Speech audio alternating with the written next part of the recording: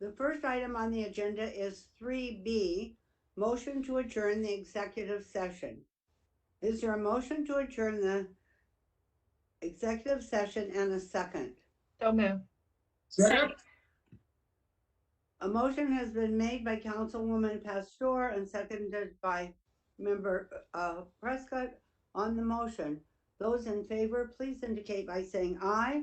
Aye. Those opposed, please indicate by saying nay. The motion carried. The next item, I don't think we had anything that needed to be instructed, was there?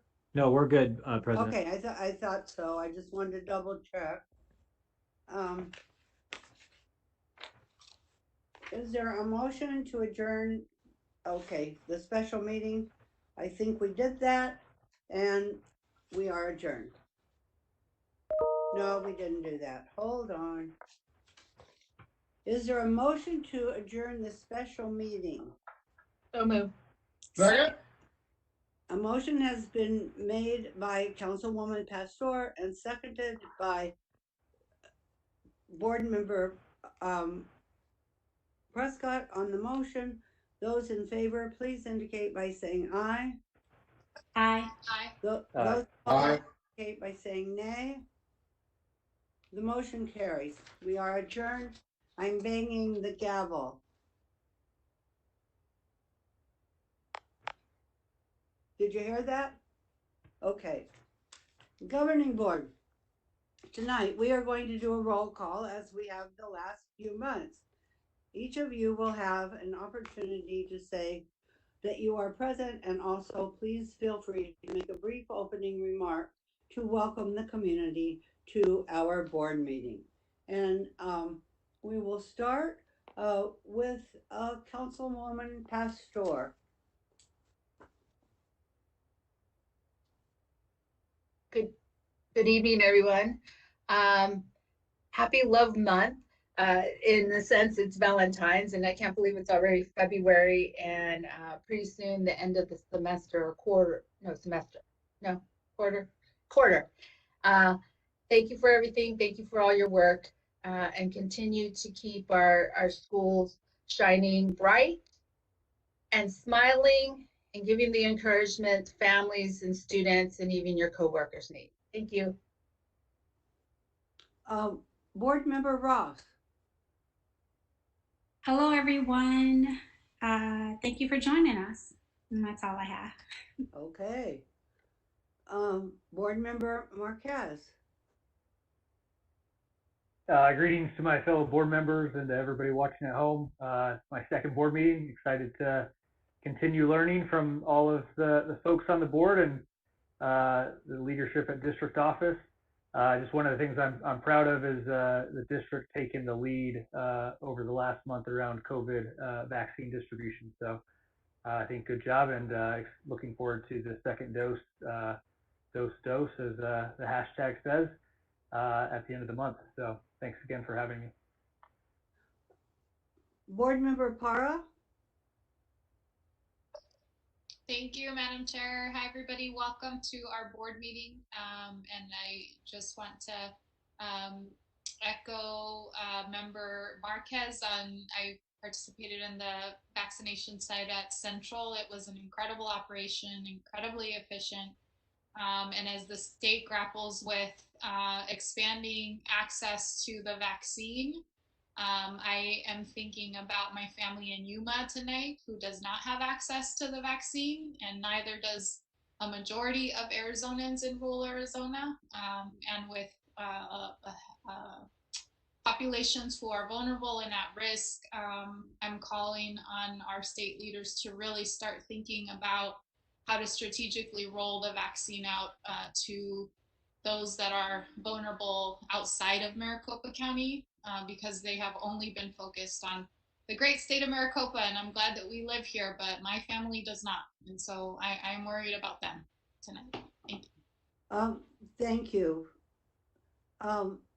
Clerk Prescott. Thank you, President Alston. Good evening, everybody. Thank you for joining us. And echoing that, very proud of our work on vaccines. I'm also proud of the work that we're doing around Black History Month. And I'm glad to see that we're working to make our communications and our curriculum this month inclusive. Thank you. You're most welcome. Did Supervisor Gallardo join us yet? I guess not. Yes, I am President Leila Alston, and welcome to all of our constituents who are with us on this board meeting. We were talking earlier about how difficult communications can be in this particular format, and I welcome each of you who are making the time and showing your interest in what is happening and what we can do and have been doing for our broader community within the Phoenix Union High School District. So welcome. I'm happy to be here. And will the secretary please note that all board members are present via video conference with the exception of Supervisor Gallardo. Hopefully he'll be able to join us shortly.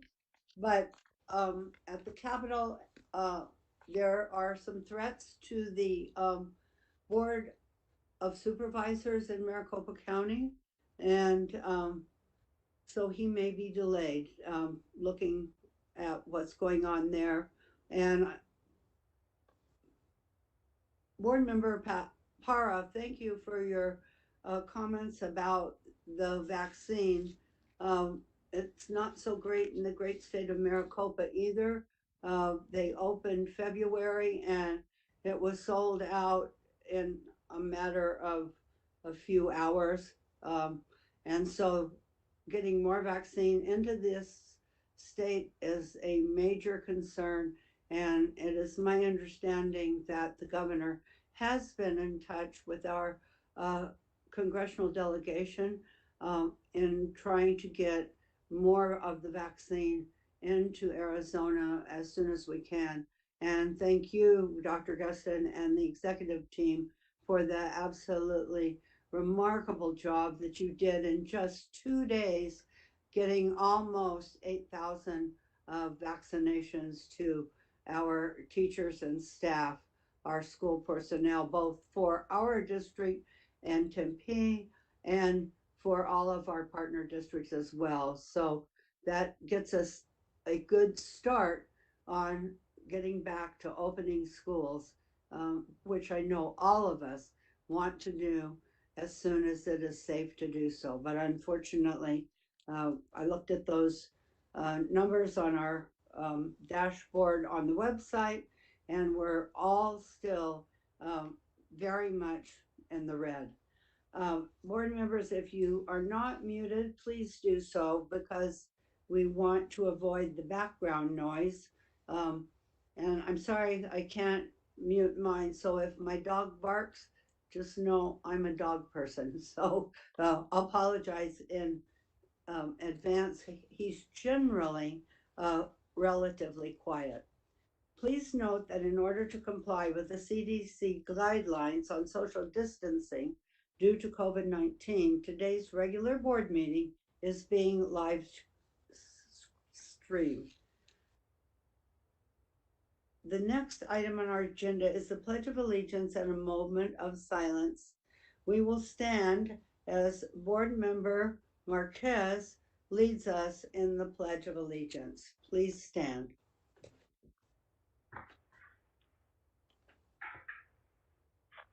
I pledge allegiance to the flag of the United States of America and to the republic for which it stands, one nation, under God, God, indivisible, with and with liberty and liberty justice and for justice all. for all.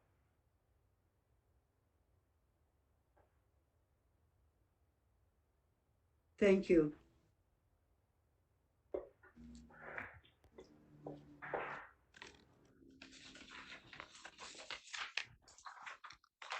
The first item on the agenda is 1D, approval of the minutes of the special meeting executive session, annual reorganization of the governing board meeting, and the regular meeting held on January 7th. Board members, at this time, please unmute your microphones as we will vote on this action item. Is there a motion to approve the minutes as presented, and is there a second? So moved. Second? A motion has been made by Councilwoman Pastor and seconded by Clerk Prescott. Is there any discussion on the motion? Those in favor, please indicate by saying aye. Aye. Aye. Those Aye. opposed, Aye. please indicate by saying nay. The motion carries. Board members, at this time, please mute your microphones. The next item on the agenda is 2A, recognitions and accomplishments. Tonight, we will recognize 4 incredible educators who have achieved one of our nation's top distinctions. We will also highlight the remarkable efforts of Phoenix Union leadership and staff on bringing COVID vaccines to our community. Dr. Geston.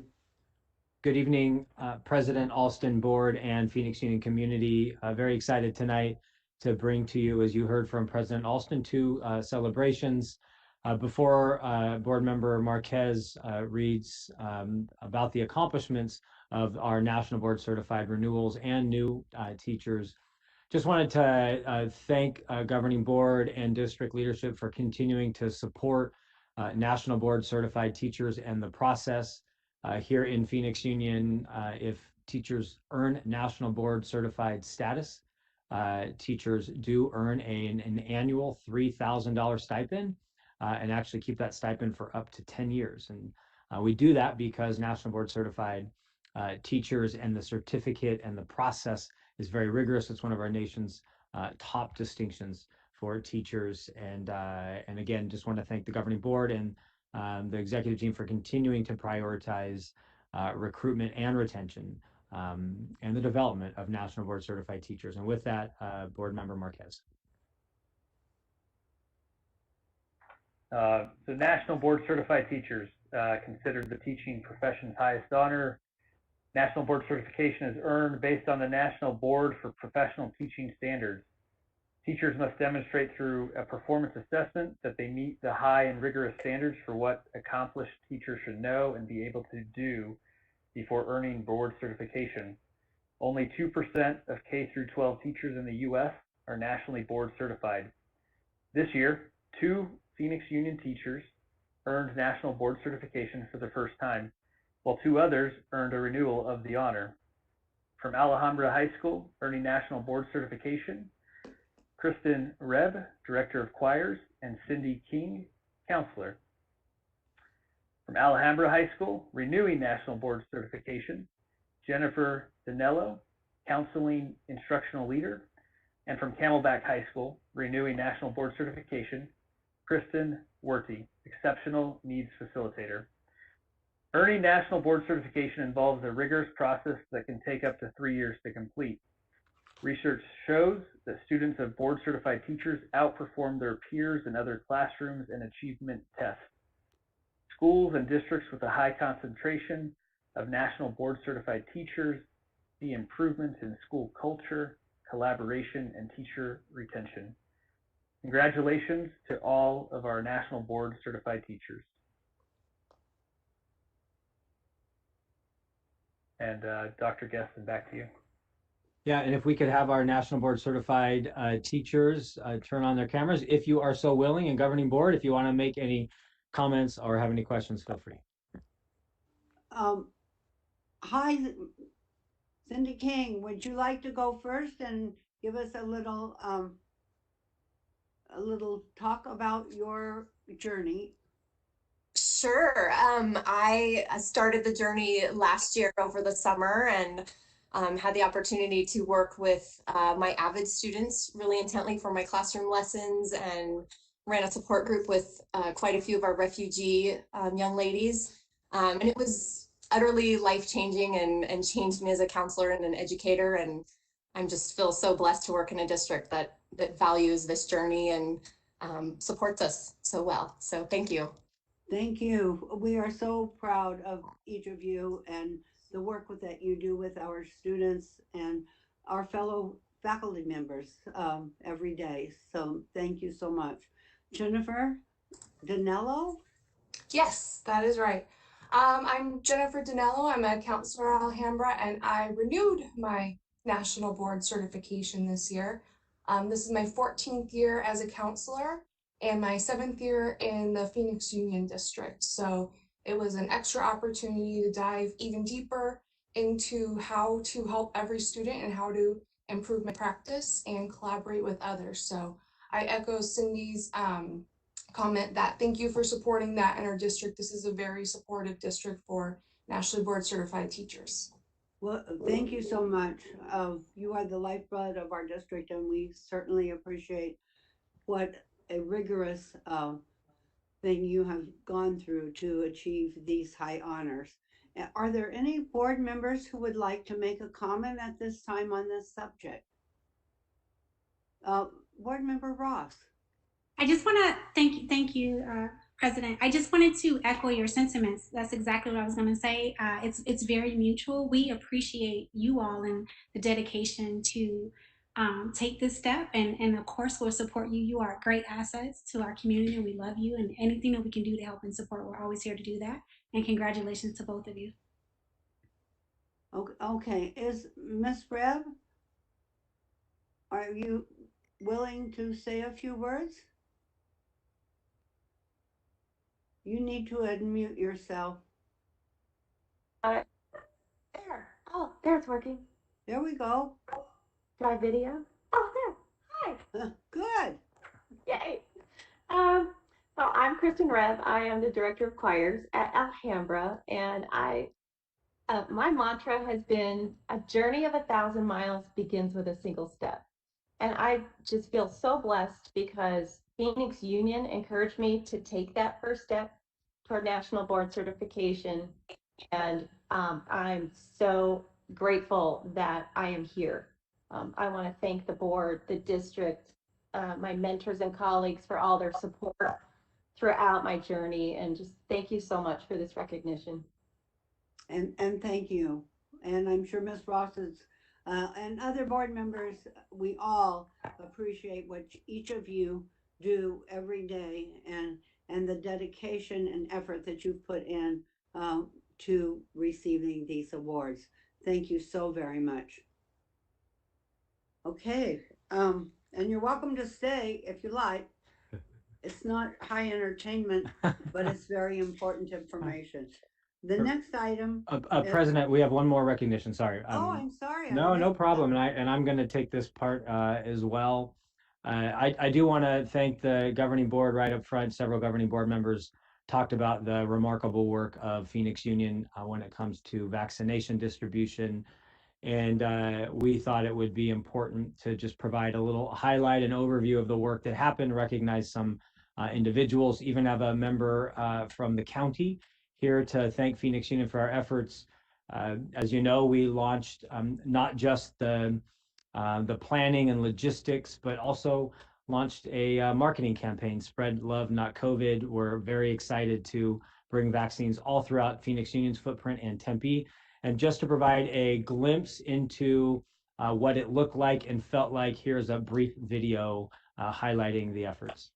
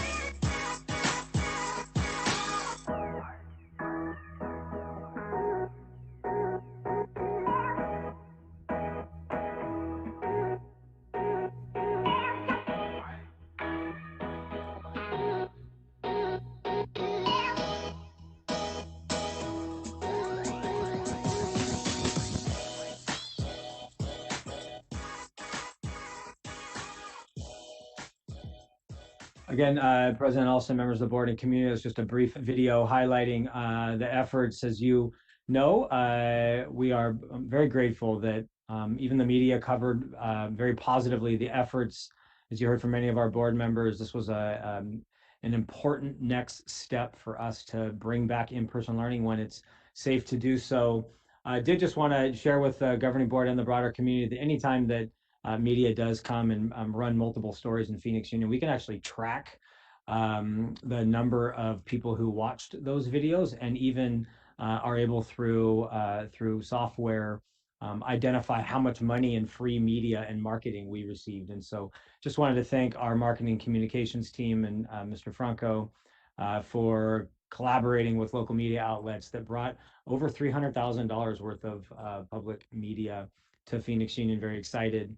At some point, governing board, I'll provide an update. As you recall, last summer, Phoenix Union got a lot of national media, and we actually received over $1 million in free marketing through our efforts last summer.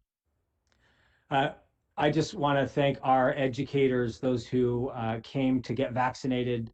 As I said, offering access is one, people taking advantage of it is another. We heard so many great comments from our broader community. Here you see a teacher or a teacher on assignment, one of our administrators talking about how excited they were to have this opportunity right here in our Phoenix Union footprint to protect themselves, to protect their families, and to prepare to come back to in-person learning when it's safe.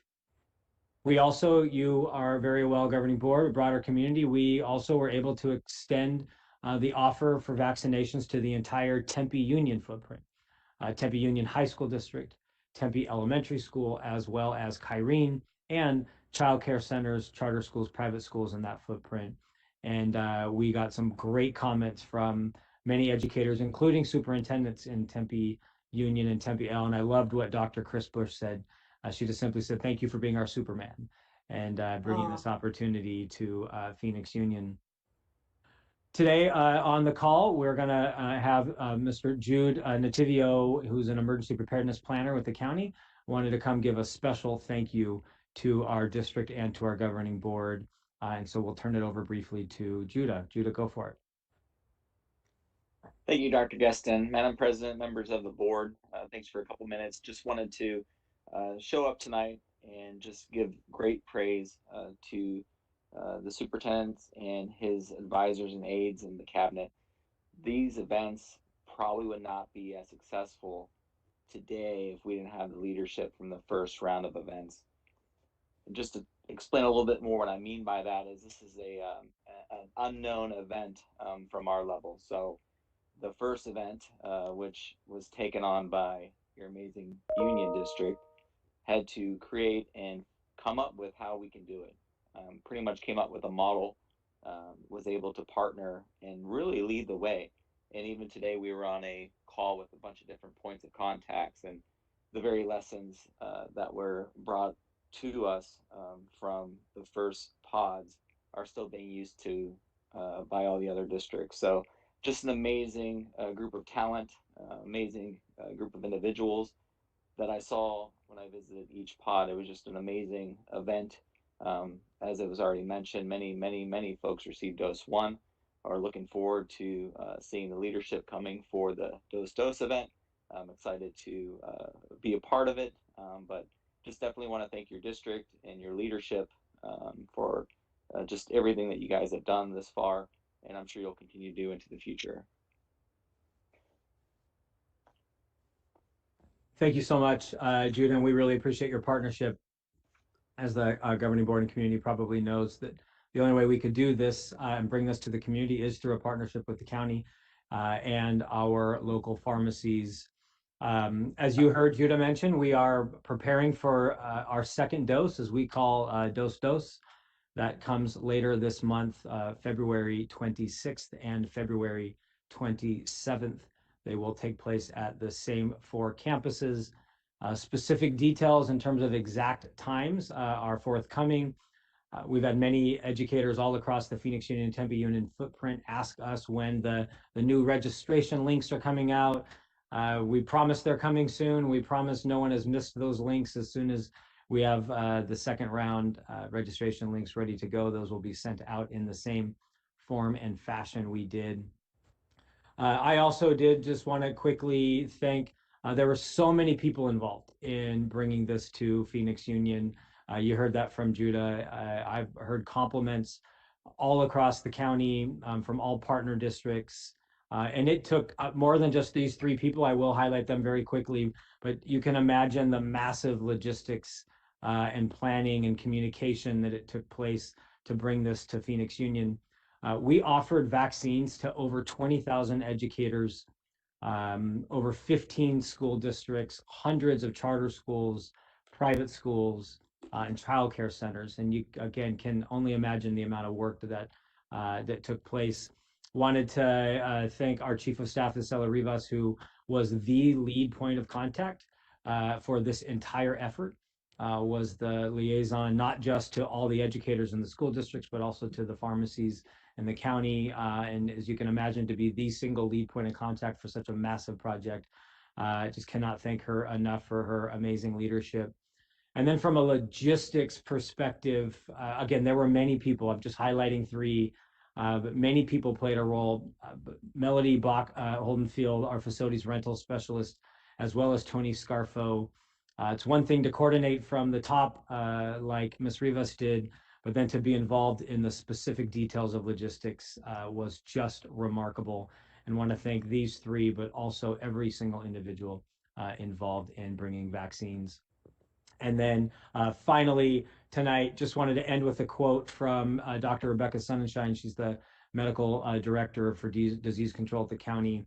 And in a conversation that she and I had recently with Ms. Rivas and myself, she just beautifully put, she was talking about the selflessness of Phoenix Union, the resources, the time, the effort.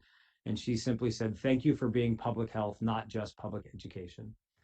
So with that, President Alston, I will turn it back over to you. Okay, thank you so much. That was a beautiful report and also a very beautiful action. So I appreciate that very much. The President next Austin, item is President Austin, this is Member Para. I'd like to just make a quick comment, if I could. I do. Certainly. So I really want to, just major kudos to our team.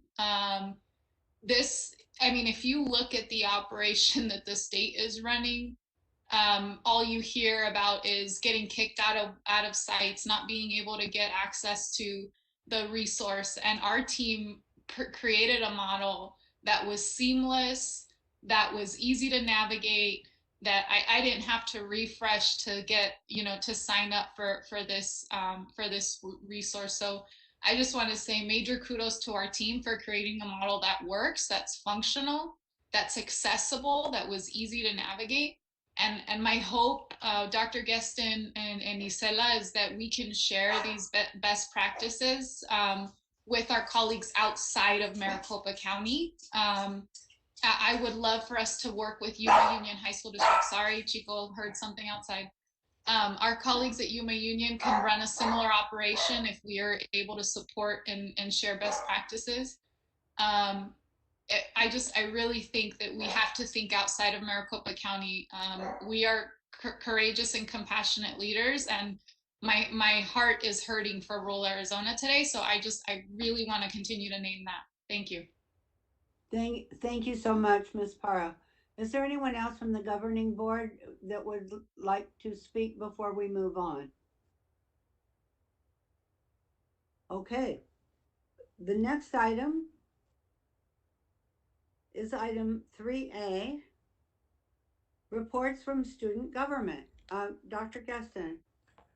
President Alston, members of the board, Phoenix Union community, as we have done throughout this school year, we are bringing to you, governing board, 3 different representatives from 3 different schools to give a glimpse into what's happening within our school communities. I think this is an exciting time and a great time to reflect and remember that even though our virtual learning takes place virtually, that there is so much happening on our campuses because of the amazing work, not just of our educators, but because of our student leaders. Tonight, Governing Board, you're going to hear from three individuals. Ella Velez from Cesar Chavez High School, Christian Aguilar from Metro Tech High School, and Evelyn Arredondo from Trevor Brown High School. And I would first like to welcome Ella to give her report from Cesar Chavez Champions. Hi. Can I get to the next slide, please? Thank you. Good evening, President Parra, Governing Board members, and Dr. Geston. My name is Ella Velez, and I'm a representative in student government at Cesar Chavez High School. At this time, I want to thank the Governing Board for giving us the time to directly report about the successes, activities, and opportunities that are afforded to the students of my school. Next slide, please. At Cesar Chavez, we had MLK Week, which was hosted by the CCHS Black Student Union. In honor of Dr. Martin Luther King's birthday and legacy, the CCHS Black Student Union hosted an MLK Spirit Week. Each day consisted of an MLK value of the day, everything from forgiveness to courage. Each day was met with social media questions and responses and was participated greatly by Chavez students and staff. And on the left, that was just the agenda of the week. Oh, you can go back. And then we also had MLK Day Artistic Expression Contest. In conjunction with Dr. Martin Luther King's birthday and legacy, the CCHS Black Student Union also hosted an artistic expression contest with the theme of unity. Winners will be announced in February in the categories of spoken word, choreographed performance, or visual art piece. Next slide, please. We also hosted COVID vaccinations. CCHS was honored to be one of the 4 host sites throughout Phoenix Union for vaccinations on January 22nd and January 23rd. A large variety of volunteers from the Chavez, Levine, and Roosevelt community volunteered for this special event. And then the next 3 slides are just photos and examples of the teachers getting their vaccinations. And personally, I thought it was very eye-opening and hopeful that we can return back to school next year. Thank you guys for listening.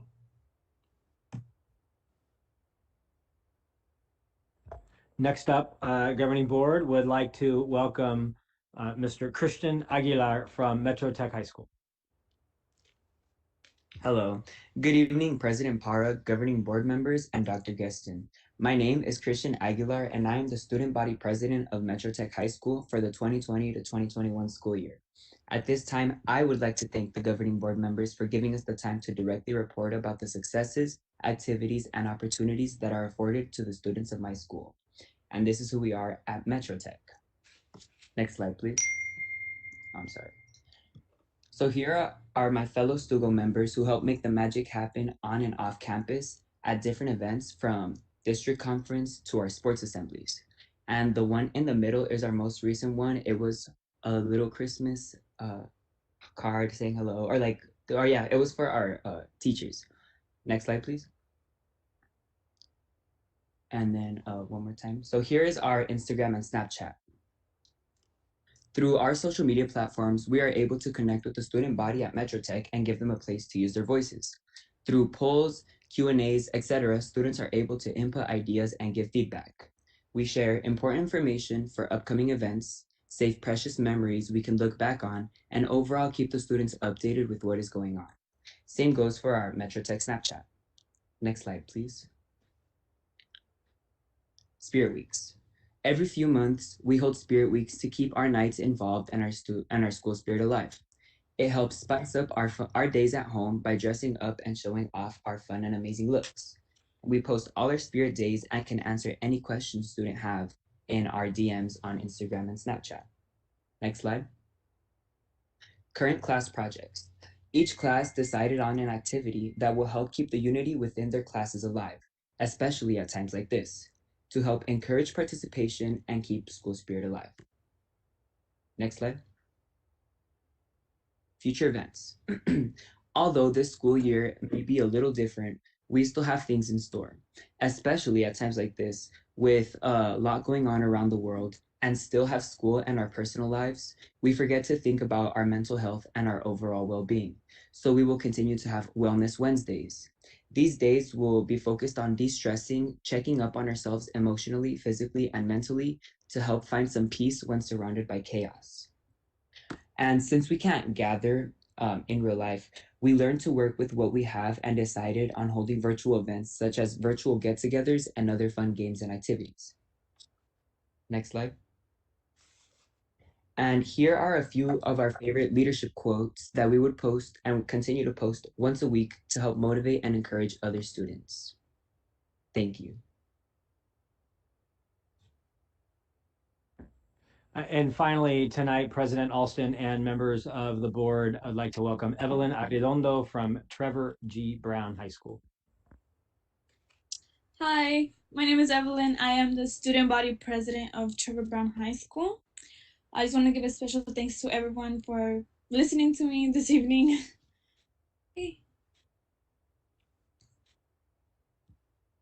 What's going on down at Trevor Brown? So we have our TGB has been working hard on keeping up with social media pages from Twitter to Instagram and even YouTube. We share live sports and daily announcements. Our Spirit Weeks, we have Spirit Weeks at least once a month to have our staff and students connected. We use the hashtag TGB Connected 2021. This way we could see everyone who's participating with that hashtag. TGB's newspaper group is led by Mr. Reimers, has been doing different student spotlights and posting them on social media as well.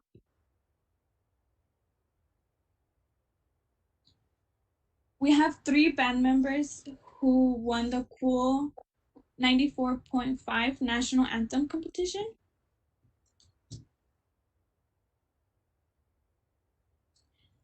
In the fall, Sue helped organize a virtual fall club rush with the help of the freshman house coordinator, Miss Kubo.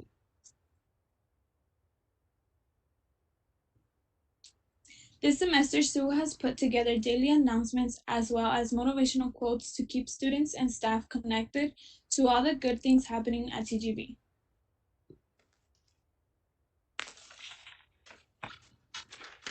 We have 5 football players. Okay, those are the quotes of the days that we usually upload in the Instagram pages. Next slide, please. There you go. So we have 5 football players who received scholarships. I believe all 5 have already signed by now. They have committed to Mayville State University, I believe it is.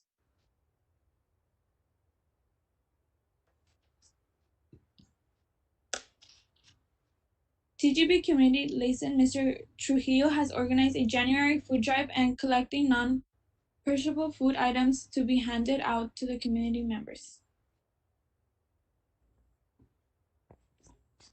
Our seniors have started selling senior shirts online and will be doing drive-through distribution this week and the next. We have our first ever virtual assembly. We learned a lot and looked forward in putting together more for this semester. And we actually just filmed another one. I believe it's going up tomorrow. And that's everything that's going on TGB. Thank you. Excellent. Thank you so much to Evelyn as well as Christian and Ella. The 3 of you can put your cameras on to, again, if you do not mind, to say hi to the board, and the board may have some questions or comments for you. President, I'll turn it back to you. Please make note, President Alston, that Supervisor Gallardo is now on the call. Yes, I see that sweet face. I'm glad to see you, Supervisor Madam Gallardo. President, for being late. My apologies, Madam President, for being late. I'm sorry. The Senate is attacking the Board of Supervisors, so I know, I we had mentioned a that late- earlier. a late so session. Go so- ahead if you would please give us a little introduction as you check in for your our attendance, please. Superintendent Gallardo, you want to say a few words? Madam President, no, I think I turn it right over to our student guests. I'd love to hear from them. There's great presentation. I was able to catch the 3 presentations, so I appreciate that. But nonetheless, once again, I apologize to you, Madam President, and the rest of the board and leadership for being late, but I'd love to hear from the students. Okay. Thank you so much. Is there anyone who wants to make a comment at this time? Hi. Hi, okay. Board Member Ross? Thank you, Madam President. I just want to tell the students really good job. You all did a fantastic job. I love the thought of Wellness Wednesdays, and I think I'm going to implement that in my own life. And then with the young adults I work with, great job, all three of you. It's always exciting and refreshing to hear about things that you're doing and to see our students engaged in the campuses. So great job. I like that Wellness Wednesday So also. That's a very creative and well needed reminder. President Alston, I'll just make one quick comment to our students. I just want to thank them for joining us and for presenting to the board this evening.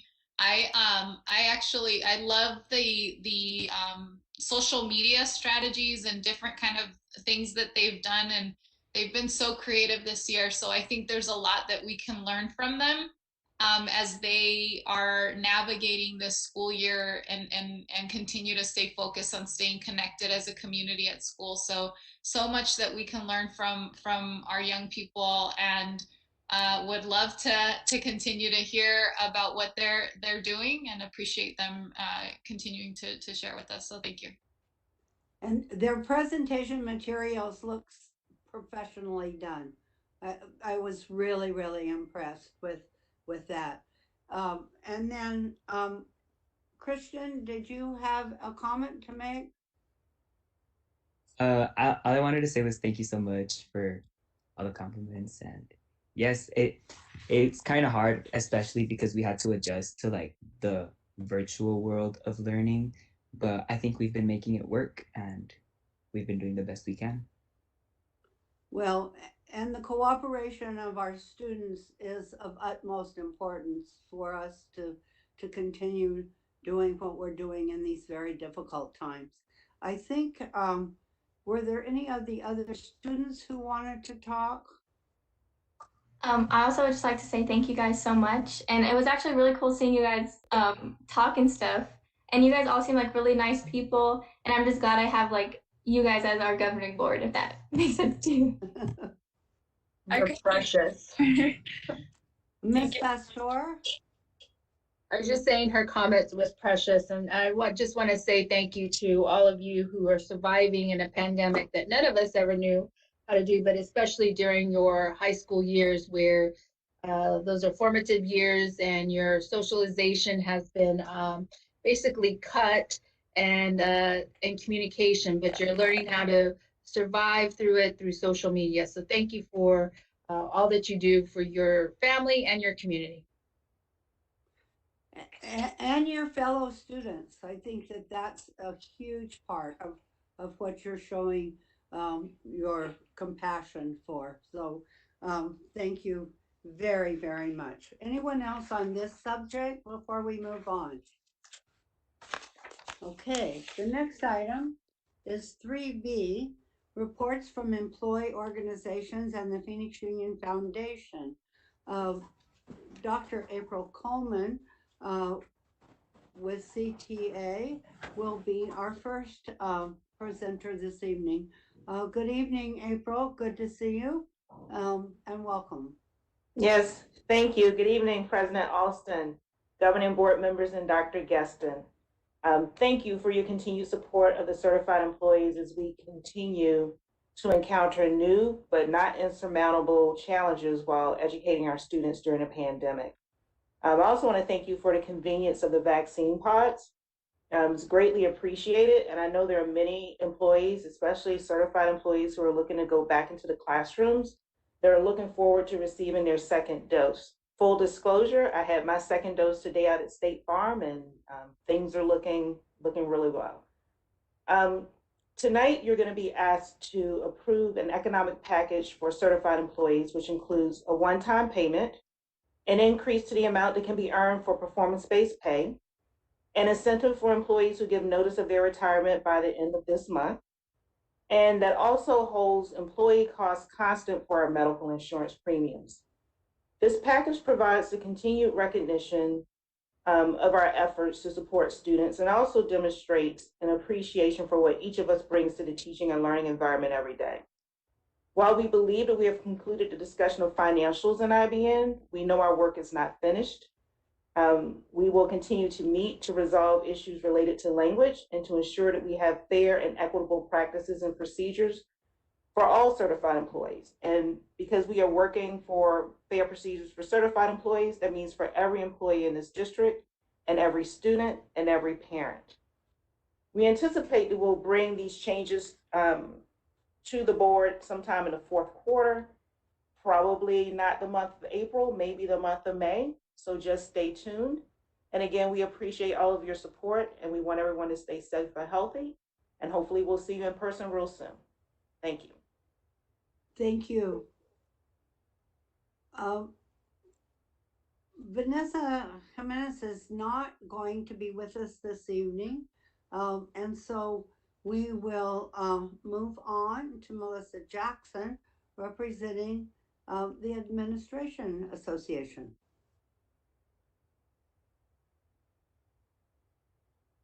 Melissa, are you with us? Hi. Here she comes.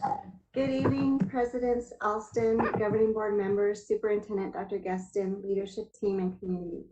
This month, ADA would like to highlight our Assistant Principals of Instruction, Heidi Wright at Alhambra, Lawazi Megwa, Fairfax, Katie Larkin, Camelback, Jacob Lambert, Central, Gwendolyn Lee, Carl Hayden, Angela Tibbs Chavez, Katie Loker, Maryvale, Dr. Michelle Degas, Metrotech, Julie Herman, North, Tad Roeder, Trevor Brown, Jody Weber, Bostrom, Dr. Tim Gooding, Desi, and the academies at South Mountain, Netta Boyce, Martine Diaz, Brian Fair, Kim Higginbotham, and Dr. Mona Mallory.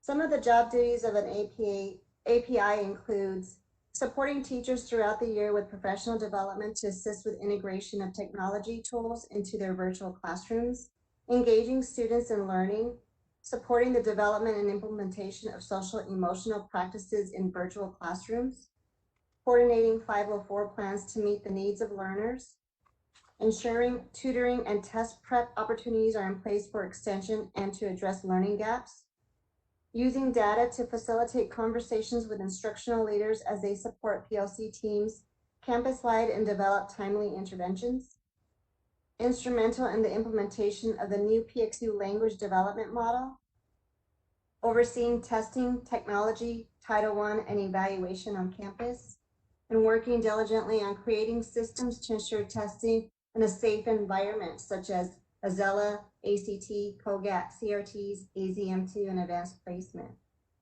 Here are just a few campus highlights from the work done this year. At Bostrom, Dr. Jody Weber is working with the entire staff about what alternative instruction and assessment looks like, with specific focus on additional scaffolding so that instruction is highly engaging and inclusive of SEL strategies, and how to alternatively assess in ways which are real-world applicable and relevant. At Trevor Brown, Tad Roeder is leading his school in the implementation of evidence-based practices grading in collaboration with Tony Reibel. The journey began last year pre-pandemic. Evidence-based grading recognizes that not all students will progress at the same pace and affords students the opportunity to demonstrate proficiency in different ways and different times, turning traditional-based grading on its head. While remote teaching and learning has slowed some of Trevor Brown's initial progress and discussion, the need for evidence-based practices has been highlighted by the pandemic that has disproportionately affected their community. They continue to work with an outside consultant to provide PLC teams more information and support in developing an evidence-based approach to learning. Mr. Roeder states, as we continue our work, our goal is to create a system of grading that is consistent, equitable, and a true reflection of student learning. At Alhambra, Heidi Wright launched Lions Online 101, a webinar series that addresses how students can be successful as online learners. They launched 2 videos weekly that are shared at the top of Check and Connect. Each video shares a tip on how to be successful. At Maryvale, Katie Loker states, One of the key projects she has been working on with instructional leadership team is Principle 1.5 of their campus needs assessment of Maryville's IAP. This involves collaborative data-based conversation and leadership team supporting data discussions and sharing easy-to-use data to various stakeholders. Admin has been sharing grade distributions in an anonymous format to their ILs, PLC leader cadre, and facilitating data dig conversations. PLC leaders then repeat this process with their PLC team. This structure has been helpful to actively monitor student progress during virtual learning and reflect on student outcomes. The goal of the PLCs during this data digs is to identify if there is consistency and equity in student outcome amongst all classrooms in their PLC and to identify further what common practices they can use to overcome identified challenges in the classroom. This is essential to the work of the PLCs and instructional leadership on campus. At Carl Hayden, Gwendolyn Lee has been collaborating with teachers, coaches, and other administrative offices to develop an implementation plan to extend credit recovery opportunities to students, assist others with recapturing essential learning, and compassionately working to close achievement gaps. She's committed to testing approximately 400 ELD students with the Azella reassessment from February to March, creatively arranging procedures and practices around COGAT administration, courageously laying the groundwork for freshman house, and consciously fine-tuning the intro to high school experience for this summer. We want to thank all of our APIs. Lastly, we would also like to take this time to say happy CTE month and happy National Counseling Week. Thank you to all the CTE teachers and counselors. Stay safe and healthy. Thank you. Thank you so much, Melissa. We appreciate what all of you are doing as well. The next speaker is Martin Perez with the Phoenix Union Foundation. And I have to take a little special point of personal privilege here. Mr. Perez has been my mentee for many, many years. I don't know how I got so lucky and that we in Phoenix Union got so lucky for him to land with us. But welcome, Martine, and thank you for all the good work you do in so many areas, and let us know the exciting news from the foundation and what's coming up very soon. Thank you. Good evening, Madam President Leila Austin. Thank you so much for those kind words. Members of the board, superintendent, guests, and an executive team. My name is Martin Perez, and I come here tonight to present on behalf of the Phoenix Union Foundation for Education. There is a focus on our upcoming virtual campaign kickoff event scheduled for February 11 at 4 p.m., which is next week. The overall goal for the campaign is $250,000. Leading up to the event, the annual sponsors team has been hard at work and has secured close to $25,000 in pledges and cash. We are trying to make it to $50,000 by the kickoff event. Annual sponsors have a goal of $100,000. Another committee hard at work is the events committee. They are organizing a virtual silent auction that will also kick off on the 11th. Be on the lookout for bidding opportunities on some really great items and experiences. During this event, you will see our award winners receive their awards. The awards are framed by our students, so thank you to all those students. These students will also be recognized. During this event, the following will be awarded. Friend of PXU, Michelle Pino. Alumni Award, Will Gonzalez. Counselor of the Year, Dora Villa. This is a first time to have a team's division. Each foundation board member is forming a team. Each team has a goal to raise 5,000. The overall team's goal is 75,000, but the remaining 75,000 to come through both kickoff event and the golf tournament in May. The scholarship application is out with a due date of March 15th. This matches the ACF timeline. ACF stands for Arizona Community Foundation. Fellow board member Carla Robles with the Be a Leader Foundation is assisting to ensure widespread distribution. Dolores Ramirez Post-secondary articulation specialist for PXU is also instrumental in sharing the information with all the school counselors. The Emergency Crisis Fund will continue to be a priority for the foundation and certainly part of the case statement for the fundraising campaign. A specific application is being created for use for both students and educators. A system for administration is also being created.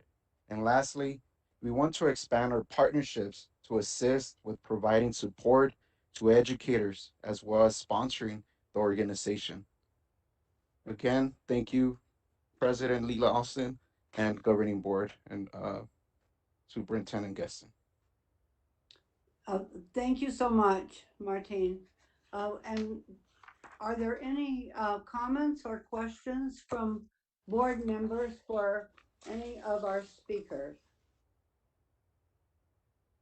The next item on the agenda is 4A, call to the public. Due to the ongoing COVID-19 situation, a link was provided to the public for individuals wishing to address the governing board. We have one request to speak. The presenter is limited to 2 minutes. I would like to caution our speaker about commenting on a particular individual and thank you for not referring to any person by name. Our speaker tonight is Crystal Sosa. Ms. Sosa, please provide your comments. Hi, good evening. As you know, my name is Crystal Sosa. I've had 3 daughters graduate from Cesar Chavez High School and currently have a son who is attending. I love helping in our community. I love Phoenix Union and I love our schools. My comment and questions are regarding the winter sports. There hasn't really been any communication with parents regarding the status of winter sports. And again, unfortunately, we're seeing other districts proceeding, with their sports with accommodations for COVID. Just kind of wondering why we can't do the same. I know that Phoenix Union did an awesome and amazing job in the fall following COVID protocol. And I just know that they can do it again. I have a lot of faith in our schools. I have a lot of faith in our staff. I know there are some administrators from Phoenix Union and district parents who've put their kids in club activities and they attend other schools so that their kids can participate in sports. And I totally understand and respect why as a parent they would do that. I chose not to put my son in a club sport. He plays football, he does wrestling, but I chose not to do that with him. I don't feel very safe because they don't follow the protocols the way that Phoenix Union followed them. I feel safer with my son playing at his school where he belongs. I know he's safe there, especially now knowing that there's more of the staff, educators, coaches are getting the vaccine. It just makes me feel safer as a parent. I know that I could tell you firsthand, my son is not the happiest kid. He wants to be out and he wants to play with his friends and hang out. And right now he can't. He went through a little depression. Our kids need an outlet and we're losing students left and right to other districts. And it really makes me sad because I take really great pride in our community and our districts. Like I said, I have 3 daughters and they're amazing. I have a daughter who is an educator herself. And I just wish that we could do more for our kids. I know right now we're limited, but I am appreciative of all the work that's been done to keep our kids safe because I see it firsthand. I'm very proud of our district for supplying those COVID vaccines. It makes me have faith that one day we're going to be back. I'm afraid we're going to have to ask you to conclude your comments. Thank you very much. I appreciate hearing from you as all the other board members do as well. Thank you.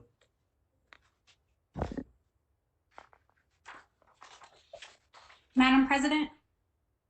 The next item on the agenda is 5A, approval of the consent agenda. Leela, I heard, Madam President, I heard member Ross had a Oh, I'm had a sorry. comment. I did not see that. I beg No your worries. pardon. It's fine. I know you didn't see. I was actually trying to speak after Mr. Perez, and I know you didn't see it, so it's fine. I just wanted to. I've seen Mr. Perez's work firsthand, and I just wanted to tell him congratulations on his change of position. He'll be really good at his new school, I'll fuss at him later about that, but he'll be really good at his new school and in his new position as well. And so I just wanted to acknowledge that I know that he is a great member of our family and he does great work. That's all I wanted to say. Thank you. Okay. Thank you very much. Anyone else? Okay, we'll start 5A over again. Approval of the consent agenda. Board members, at this time, please unmute your microphone as we will vote on this action item. Is there a motion to approve the consent agenda items as presented and a second? So moved. This is Member Para.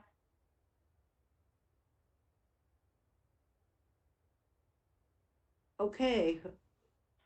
I believe that a motion to approve the consent agenda as presented has been made by Board Member Para and seconded by Clerk Stanford Prescott. Is there any discussion? On the motion, those in favor, please indicate by saying aye. Aye. Aye. Aye. Those opposed, please indicate by saying nay. Any abstentions? The motion carries. Board members, at this time, please mute your microphones. The next item is 6A, the superintendent's report. Dr. Gaston, please provide your report at this time. Good evening once again, President Alston and members of the board. Tonight, as I do every month, I'd like to bring to you some highlights that took place over the last month and look forward to a couple of things in the future. First of all, I wanted to highlight a couple of things that were on the consent agenda tonight. I wanted to thank City of Phoenix leadership, including Councilwoman Pastor. Tonight, the governing board just approved the donation of nearly $500,000 in laptops to assist with digital divide issues all across our community. Thank you to the City of Phoenix, and thank you so much, Councilwoman Pastor. You can even see a picture of her there to the bottom left. We also tonight did our annual revision of the budget. As you know, we bring adoption of our budget every year in the summer, do another presentation in October, had our annual revision of our budget that just highlighted some of the reductions that took place based on ADM as well as distance learning. I want to thank our finance team for all the work that they do to keep Phoenix Union financially stable and even thriving. Governing board also tonight on the agenda, you may recall, governing board, when we first started to navigate COVID, we knew that staff wellness was going to be important, not just student wellness, but staff wellness. And governing board approved a job description last spring for us to begin to bring to Phoenix Union, in many ways, social workers for our staff. And although it has taken us quite some time to find individuals and an individual to fulfill that role, tonight, Phoenix Union's governing board officially approved our first ever staff health and wellness specialist. This is a certified position in the area of social work that will be focused solely on wellness. Now, we already have a wellness program, we have wellness activities, but this is a trained individual who will help us support the wellness of our employees. When we approved this job description last spring, we did at that time commit to having up to 3. Tonight we approve 1, and as we find high quality candidates in the future and build out this program, we hope to bring more staff health and wellness specialists to you, the governing board. Speaking of recruiting new members to our PXU family, Phoenix Union's annual job fair, although we do have several job fairs throughout the year, this is our largest. Our major job fair is actually tomorrow and Saturday, but of course we will be all virtual. I want to thank our marketing and communications team for the great social media blitz over the last couple of weeks. Also want to thank our talent division under the direction of Mr. Juvenal Lopez. We are very excited to bring new talent to Phoenix Union as we have vacancies at all levels, classified education support professionals, certified staff and administrators' job fairs are critical to keeping our classrooms and our campuses fully staffed. We also had an opportunity over the last few months to engage in the census. As you all know, the United States Census is extremely important, and it's also just as important that institutions and organizations like Phoenix Union and school districts play a role as best as possible in ensuring that information is sent out to our communities and our families. And the United States Census Bureau and local representatives were extremely grateful for the efforts of Phoenix Union. And in fact, we have a very brief video from one of the heads of the local census giving a thank you to the Phoenix Union High School District. Good evening, and thank you for your support of the 2020 census. On behalf of the U.S. Census Bureau, we would like to present a certificate of thanks to the Phoenix Union High School District for your support. Not only did you host mobile questionnaire assistance sites, connect us with parents and students, but you even hosted the U.S. Census Bureau director when he came to town. Here's the certificate. We'll mail this to you, and we hope you enjoy it. It says that you are an invaluable partner to the 2020 census. Again, thank you for helping us achieve a successful 2020 census. Excellent. The certificate actually arrived today. We'll have this framed and placed here in the district office in the near future. Perfect timing. Yeah, exactly. It is now Black History Month, and wanted to just pause and share a couple of comments. First of all, you saw in our student government reports that some of our campuses hosted virtual assemblies and celebrations. Phoenix Union wants to do all we can throughout the month of February to celebrate Black history, but at the same time, we believe it's important to note that that we as institutions, not just here in Phoenix, but across our nation, should not just celebrate Black history in one month, that we should celebrate, recognize, and honor Black history all throughout the school year. The truth is, Black history is our history. It's the history of our nation, and which is why in Phoenix Union, you saw last month, Phoenix Union continues to be committed to CRPI, culturally relevant pedagogy and instruction, as well as making sure that our curriculum is as relevant as possible, and bringing ethnic studies types courses to Phoenix Union. And I'm just very grateful for the efforts of Phoenix Union High School District.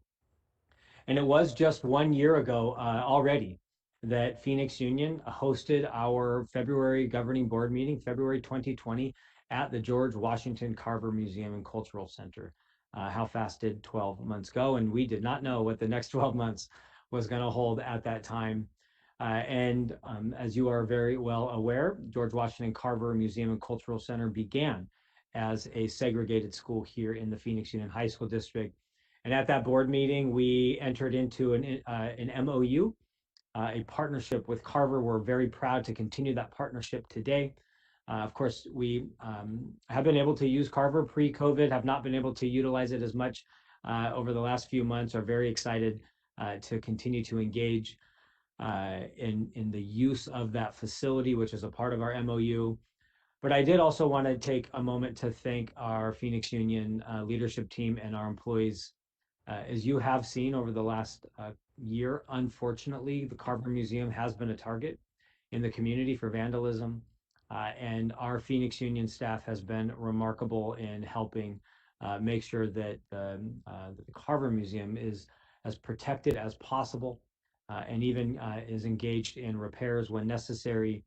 And just to give you an example, during inauguration week, there were possible threats to the Carver Museum, and Phoenix Union committed to providing 24-hour security to Carver Museum throughout inauguration week.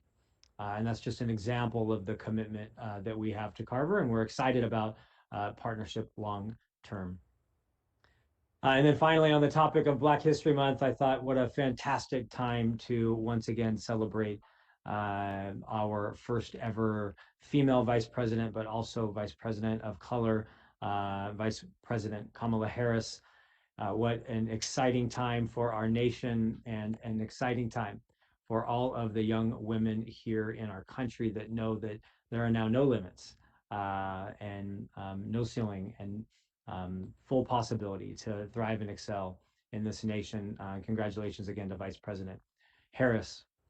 Speaking of our students, we know that our students are not only the leaders of tomorrow, but the leaders of today. Phoenix Union executive team is committed to meeting with student government representatives throughout this entire year. This is a screenshot of our most recent meeting with student government leaders. You see several members of our executive team meeting with STUGO representatives, learning about the successes and the challenges that our students are experiencing, ways in which we can improve our systems, and once again heard from our students how remarkable our teachers are, our staff are, providing services to families, academic, social emotional needs, and I'm very grateful for the continued leadership of our students during this very challenging time.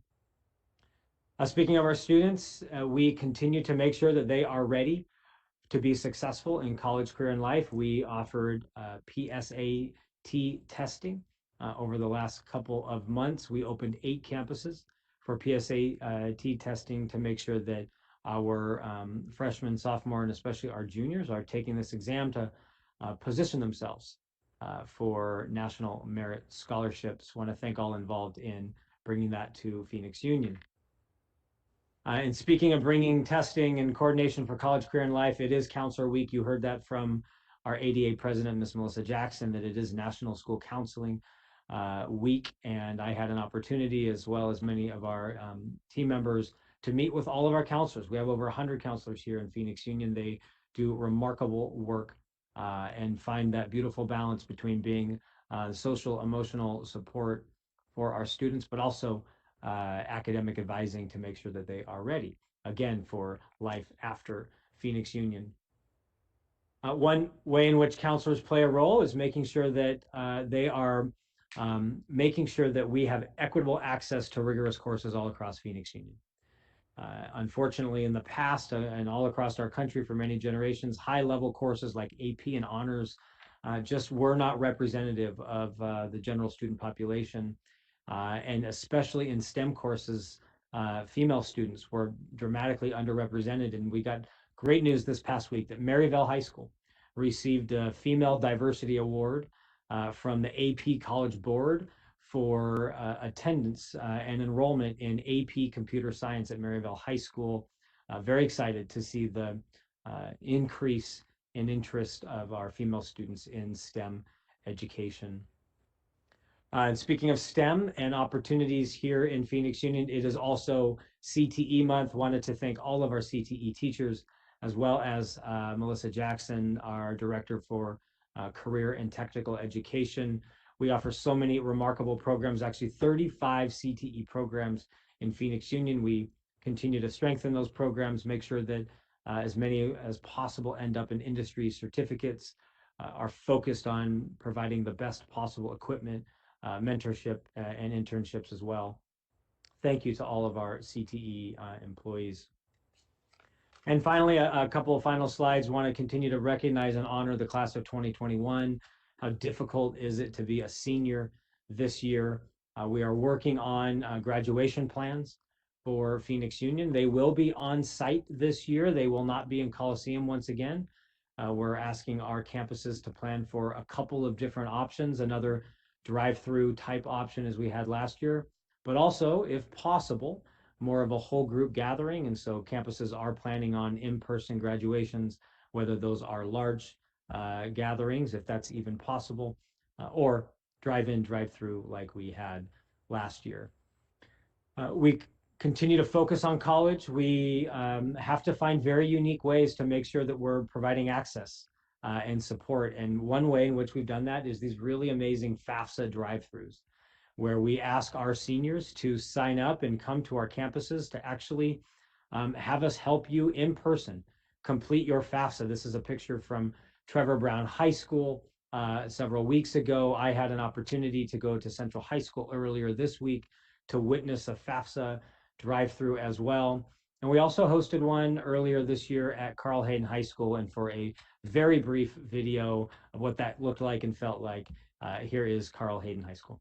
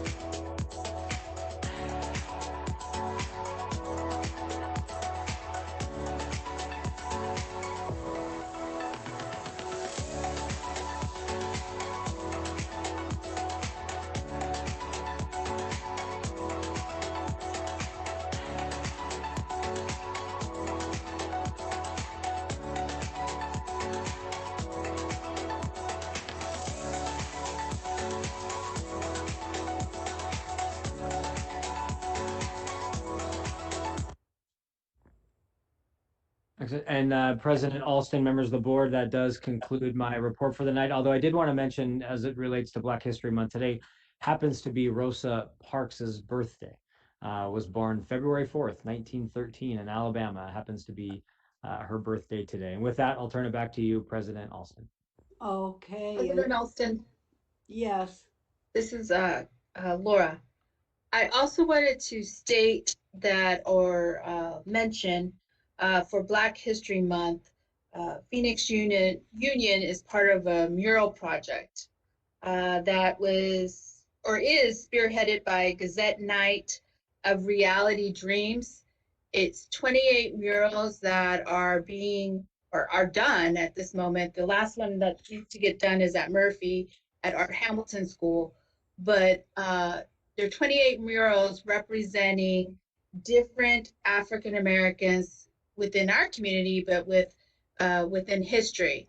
And each building that sponsored the mural was able to choose what they wanted to put on there. So like at the Nash on Roosevelt and First, they put, there's a mural there with different artists that made an impact on jazz. And so if you go and visit the 28 murals and take a selfie, you can enter your name into a raffle. And in that raffle, you'll receive a Black History Matters box that is worth over $3,000. The project's called Black History Matters. And I'll get that information to Dr. Geston to at least get it out to the community, the Phoenix Union community. I wanted to ask Dr. Geston, I'm not sure where we placed a mural. I was thinking that they were looking at bioscience, but I'm not sure. Yeah, President Alston and members of the board, Councilwoman Pastor. Yeah, first of all, thank you so much for bringing that opportunity to the Phoenix Union footprint. It's not just Phoenix Union. So you heard Councilwoman talk about Murphy. Also, we'll see murals in the Roosevelt School District and Phoenix L, including 28, as you heard. And in Phoenix Union, our mural will be at Bioscience High School. We're very excited. Thank you, Councilwoman. And the 28 represents the 28 days in February. Forgot to say that. Thank you, Councilman Ross. I mean, Councilman. I just gave you a change of titles. Councilman Pastor. Is there anyone else who wants to speak? I think, Ms. Ross, you put something in the chat. President Alston just, oh, go ahead, Member Ross. Go ahead. It doesn't, yeah, President Alston, just real quick, I wanted to ask Dr. Guest, I know you referenced in your presentation on the $8.5 million reduction in resources to Phoenix Union because we've been in distance learning. Can you, I know we're planning for that reduction based on your presentation, but can we talk about how are we advocating to fully fund distance learning or, you know, making sure that our district does not lose out on those resources? Because I feel like our educators and our entire system has worked incredibly hard to develop our effectiveness in in distance learning and making sure that our kids have laptops and Wi-Fi and devices, hotspots, etc. So I want to make sure that we are not penalized for prioritizing safety in this environment. President Alston and members of the board and Ms. Para. Yeah, a couple of reactions to that. First of all, we did receive a reduction, significant reduction in funding this year because of remote learning. As you may or may not be aware, general public, that remote schools, so like PXU Digital, remote learning is actually not fully funded. It's only funded at 95%. And that originated from in some cases, the truth or the reality that an all distance environment, much like you would see at an online school like a Primavera or K-12 center, can run a cheaper model. But what we do know is that when school districts like Phoenix Union are asked to be remote learning institutions, it is very costly and should in no way, shape, or form be penalized for prioritizing safety and remaining in distance learning. And so we did lose funding this year. We were prepared and would like to thank our IBN team and our finance team, Sherry Salaya and Gloria Butler, for anticipating such reductions. But to answer the second part of that question, we are advocating down at the Capitol. We have a lobbyist, myself as well, working on making sure that we have the right legislation moving into next year. I do want to thank Senator Alston for her help as well. In no way should any school in Arizona be penalized for remote learning. And I would end with this on this comment that Phoenix Union will soon send out a survey, not just about bringing back in-person learning for the fourth quarter, which we'll talk about on item 11A, but we'll also ask parents to give an initial reaction to next year. Will they choose in-person or distance? What it looks like across the country is that somewhere between 10 and 25% of families are going to choose online next year, at least for the first semester.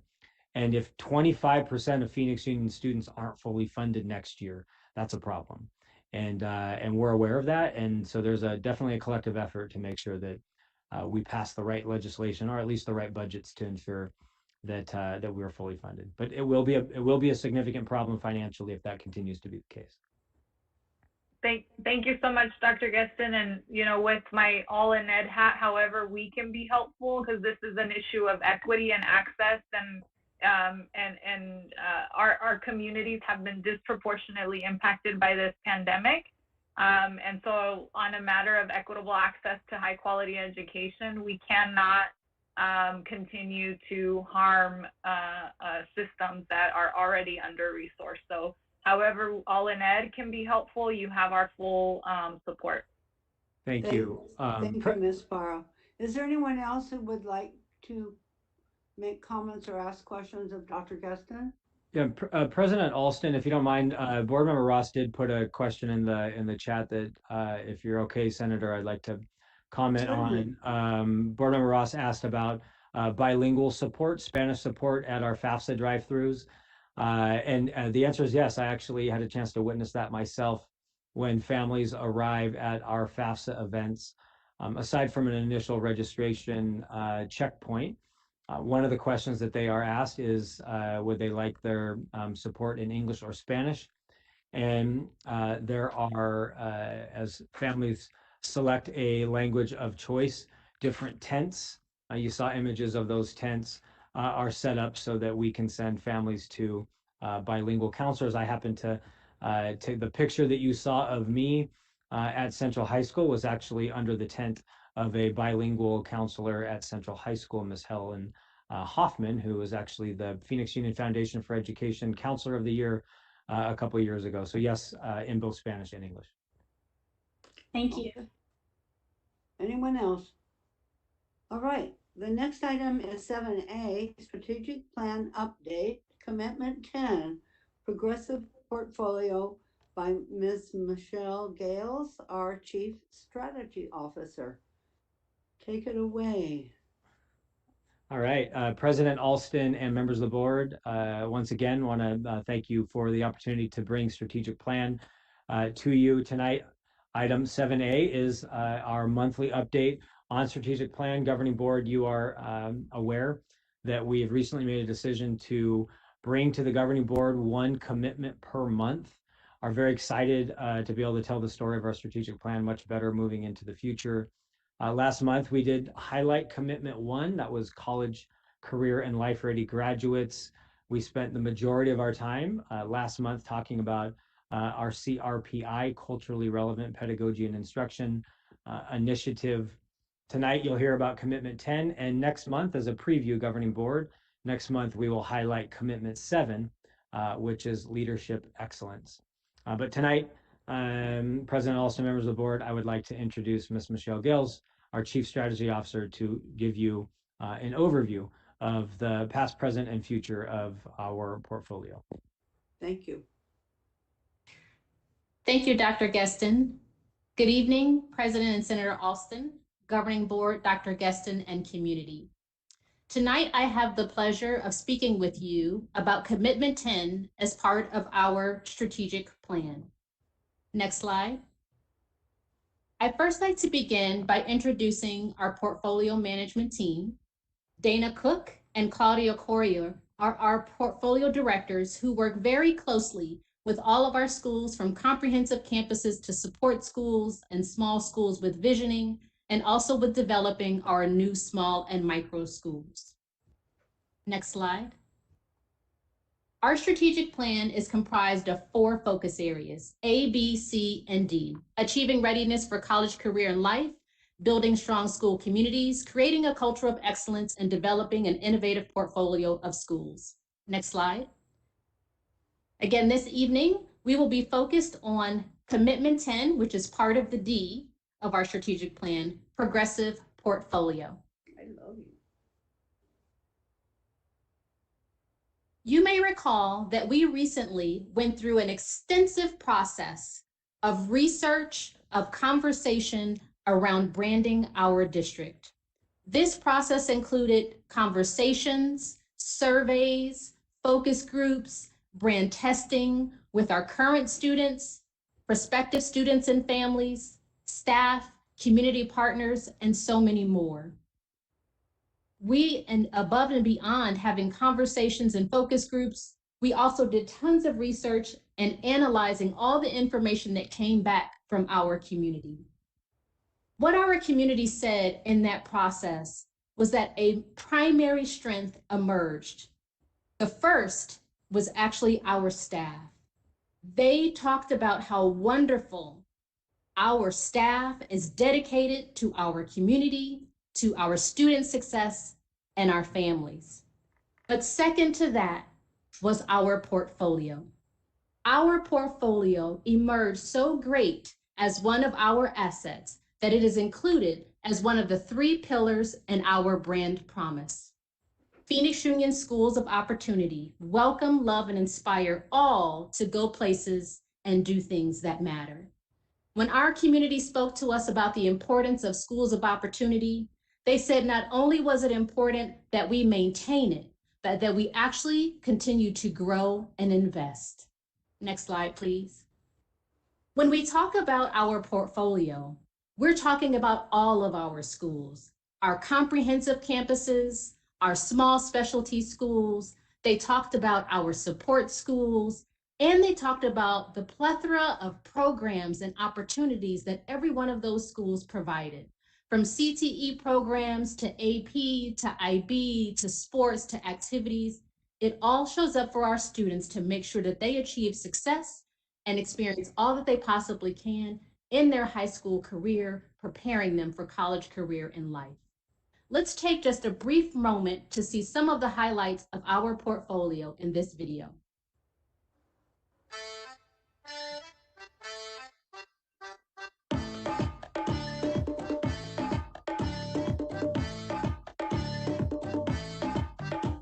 This is who we are. We lead with compassion. Esto es quien somos. We are deeply rooted in our community. We believe we should draw upon the strengths and passions of each student.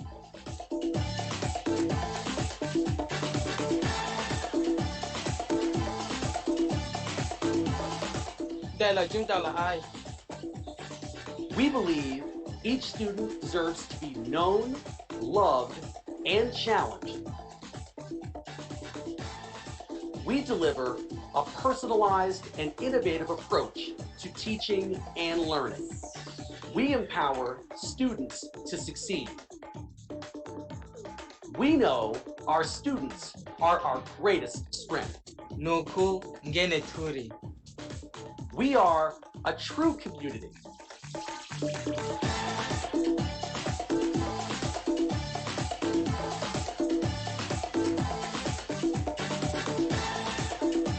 This is who we are.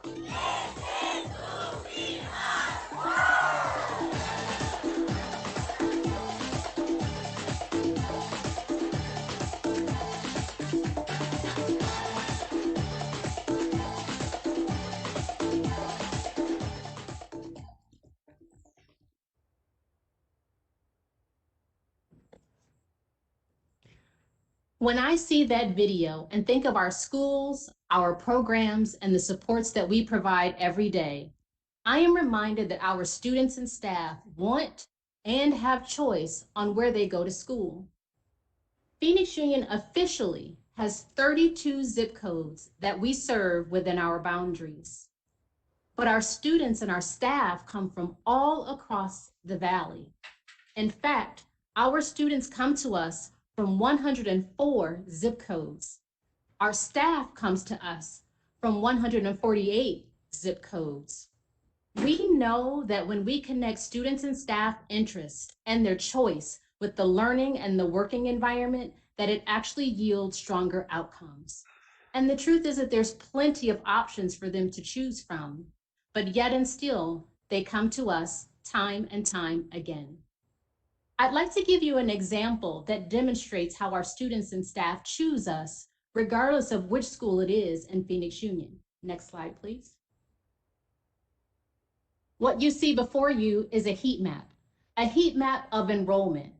This map shows you for Camelback High School all the students that are enrolled. Every red dot represents a student. So you can see that where the majority of the red dots are, that's where Camelback High School resides. So it would make sense that the majority of our students who go to Camelback live right within that school boundary. But I want you to look further at all of those other red dots. They go all the way into Glendale. They go all the way over to Tolleson, and they go south as well. This shows that not only are students choosing the school in their own backyard, but they're also choosing other Phoenix Union schools in the portfolio to attend, meaning they are willing to travel to experience our schools. Next slide.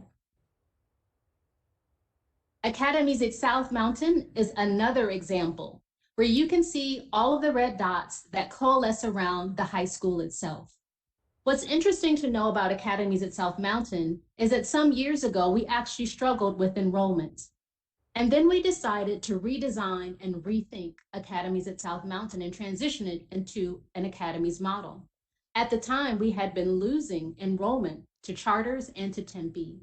When you look at all of those students, all of those red dots now, you can see that our students who live within that South Mountain community go there, but we're actually seeing our students come from much farther north. We're seeing our students come from further west, right? And so we're coming from all around the valley to go to Academies at South Mountain. And we're even now seeing kids show up from Tempe. Next slide. And finally, if we look at this heat map shows you all of our students that are enrolled in our small schools, Bioscience, Franklin, Coding, and Wilson. They come to us from across the valley to experience our small school environments. You might argue that many of these students would not be at Phoenix Union was it not for the option for them to choose a small school learning environment. Next slide, please. So when we talk about our portfolio and all it is that we have to offer, from schools to programs to activities, That all leads to choice and our students choosing Phoenix Union. Choice leads to enrollment. What is important to know about enrollment is that enrollment in public schools is down around the country. It's down in our state. It's even down in our local community. Our partner districts have experienced decreased enrollment, as well as some of our sister districts. But Phoenix Union enrollment has remained stable these past years, and that has helped us with our stability. You can see here on the slides all the quotes that have been ripped from the headlines that acknowledge nationally that enrollment is a challenge. And it's not just that enrollment is declining, we also know that the variety of options that are available to our students and to our families has increased. And yet and still, our portfolio has contributed to our enrollment at Phoenix Union remaining stable. Next slide. Stable enrollment supports stable learning and working environments. You can see here how this is really a cycle, a relationship. Our enrollment translates to ADM or funding, which translates to our budget. When we have strong and stable enrollment and strong and stable ADM, that means that we have a stable budget, which allows us to maintain our high quality staff, which is directly linked to our ability to provide quality education, academic, and other programs.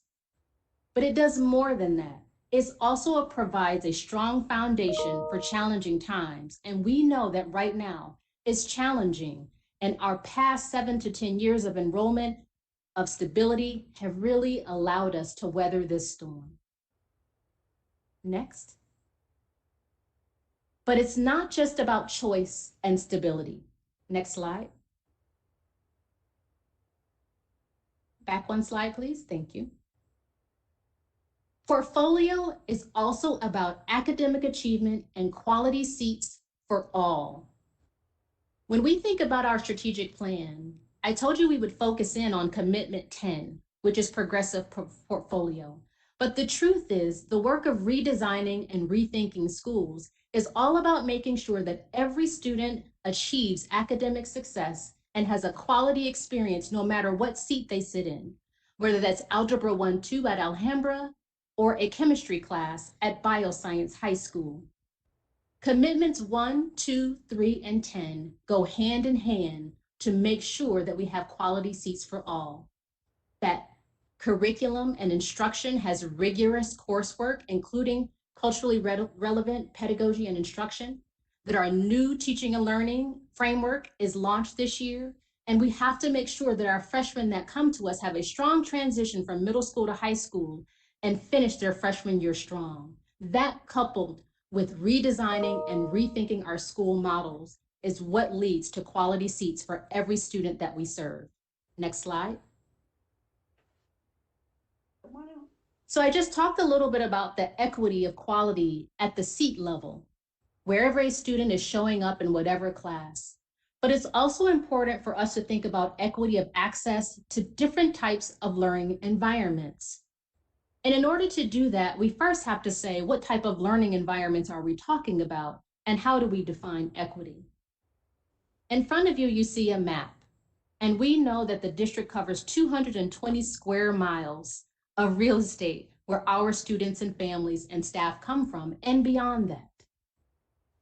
We think it is important that every student have access to learning environments in their community that other students across the city have access to as well.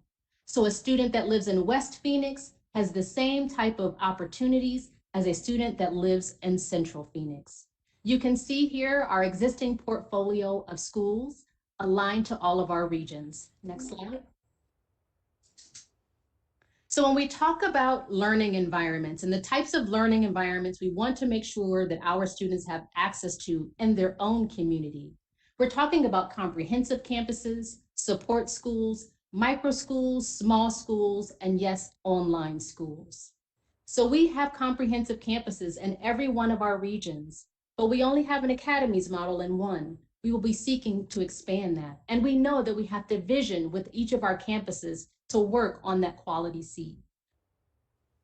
We want support schools in every one of our regions. And while we have them in some, we don't have them across all of the districts. So we have to work on visioning with our support schools to do innovation and support our current students, but also make sure that we add support schools where needed.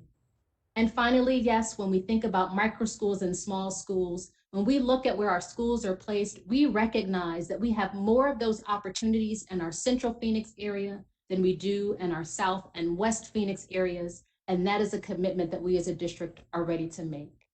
Our online school, PXU Digital, provides access to students across the district. Next. When we think about visioning for comprehensive campuses, support schools, micro and small schools, we also have to think about the needs of our students, what we must prepare them for college, career, and life, what needs they have while they're in high school. And so we're thinking about different models. We have a model around Newcomers Academy that we can think through. We know that the transition from middle school to high school needs stronger support. There's a demand for more dual enrollment in early college, high school. Dual language might be an opportunity. We also have our industry-focused small schools that communities may be interested in. And finally, we also have academies model that we're looking to expand. Next slide. So now that I've talked to you a little bit about the why and how we look at access and the goals that we have around portfolio, now I'd like to talk to you about the exciting work around portfolio development that is coming up in our near future. Next slide. Let's talk a little bit about Academies model. We launched the Academies model at the Academies at South Mountain a couple years ago. And that remodel, that redesign, that rethink had immediate impact on that community. We are still in implementation phase with Academies at South, and we are working to complete that implementation. And we said at the very beginning that we would have great success, and yes, sometimes we would have great failure. And we have held true to that. We have lots and lots to celebrate, and we have a lot of lessons learned. What's exciting about the Academies at South Mountain is we are so close to finalizing that model, and we are working closely with the portfolio team and leveraging all of the expertise that we can to really fully implement academies at that school. Trevor G. Brown is next up, and we will be launching an academies model at Trevor G. Brown the 22-23 school year, and that will include construction as well. We will be leveraging expertise and partnerships to work with our new academy schools. Next slide. The next school I'd like to talk to you about is an exciting announcement, is that we are launching Cesar Chavez Art as our next micro school. The school will launch officially in the 21-22 school year, so this fall. Arch actually started as a program a few years ago, and I want to say thank you to all of the dedicated staff and community that have worked so hard to build that program to prepare it for a launch as an official micro school. Arch prepares students to achieve admission to highly competitive four-year universities across the country. It ensures they have the skills necessary to thrive and places students in the best possible position to be awarded financial aid packages, making these institutions affordable for our students. Next slide. It's important to know that Cesar Chavez High School serves all of its students to be college ready. Whether they're looking for industry certification, internships, community colleges, state universities, or even out-of-state universities, they work diligently to make sure all of our students are prepared. The difference for our art students is that they are interested and committed to attending, receiving admissions, and being successful at our in and out-of-state prestigious universities. Next slide. To achieve this, Arch has to give them the skill sets to be able to compete for those universities and succeed and thrive once they're on those campuses. And so the pillars of Arch are all designed for success for those students. It's highly rigorous coursework and academic expectations for Arch students. They're expected to engage in leadership, service, and extracurricular activities.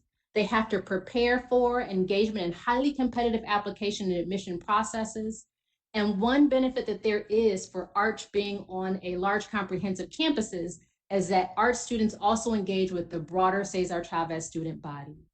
Now, Arch as a micro school is an application-based school, and it actually meets the needs of the South Phoenix and Laveen community. There is a demand for this type of school in that community, and we are super excited to add it to the portfolio in addition to our redesign of academies at South Mountain. And we are building on 3 years of a success with Arch. Next slide.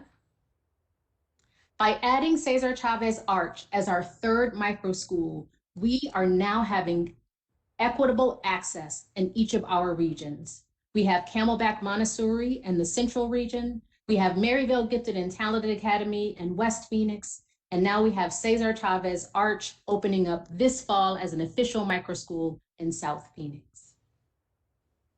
Next slide. Our next school I'd like to talk to you about is PXU City. PXU City is set to launch in the 22-23 school year.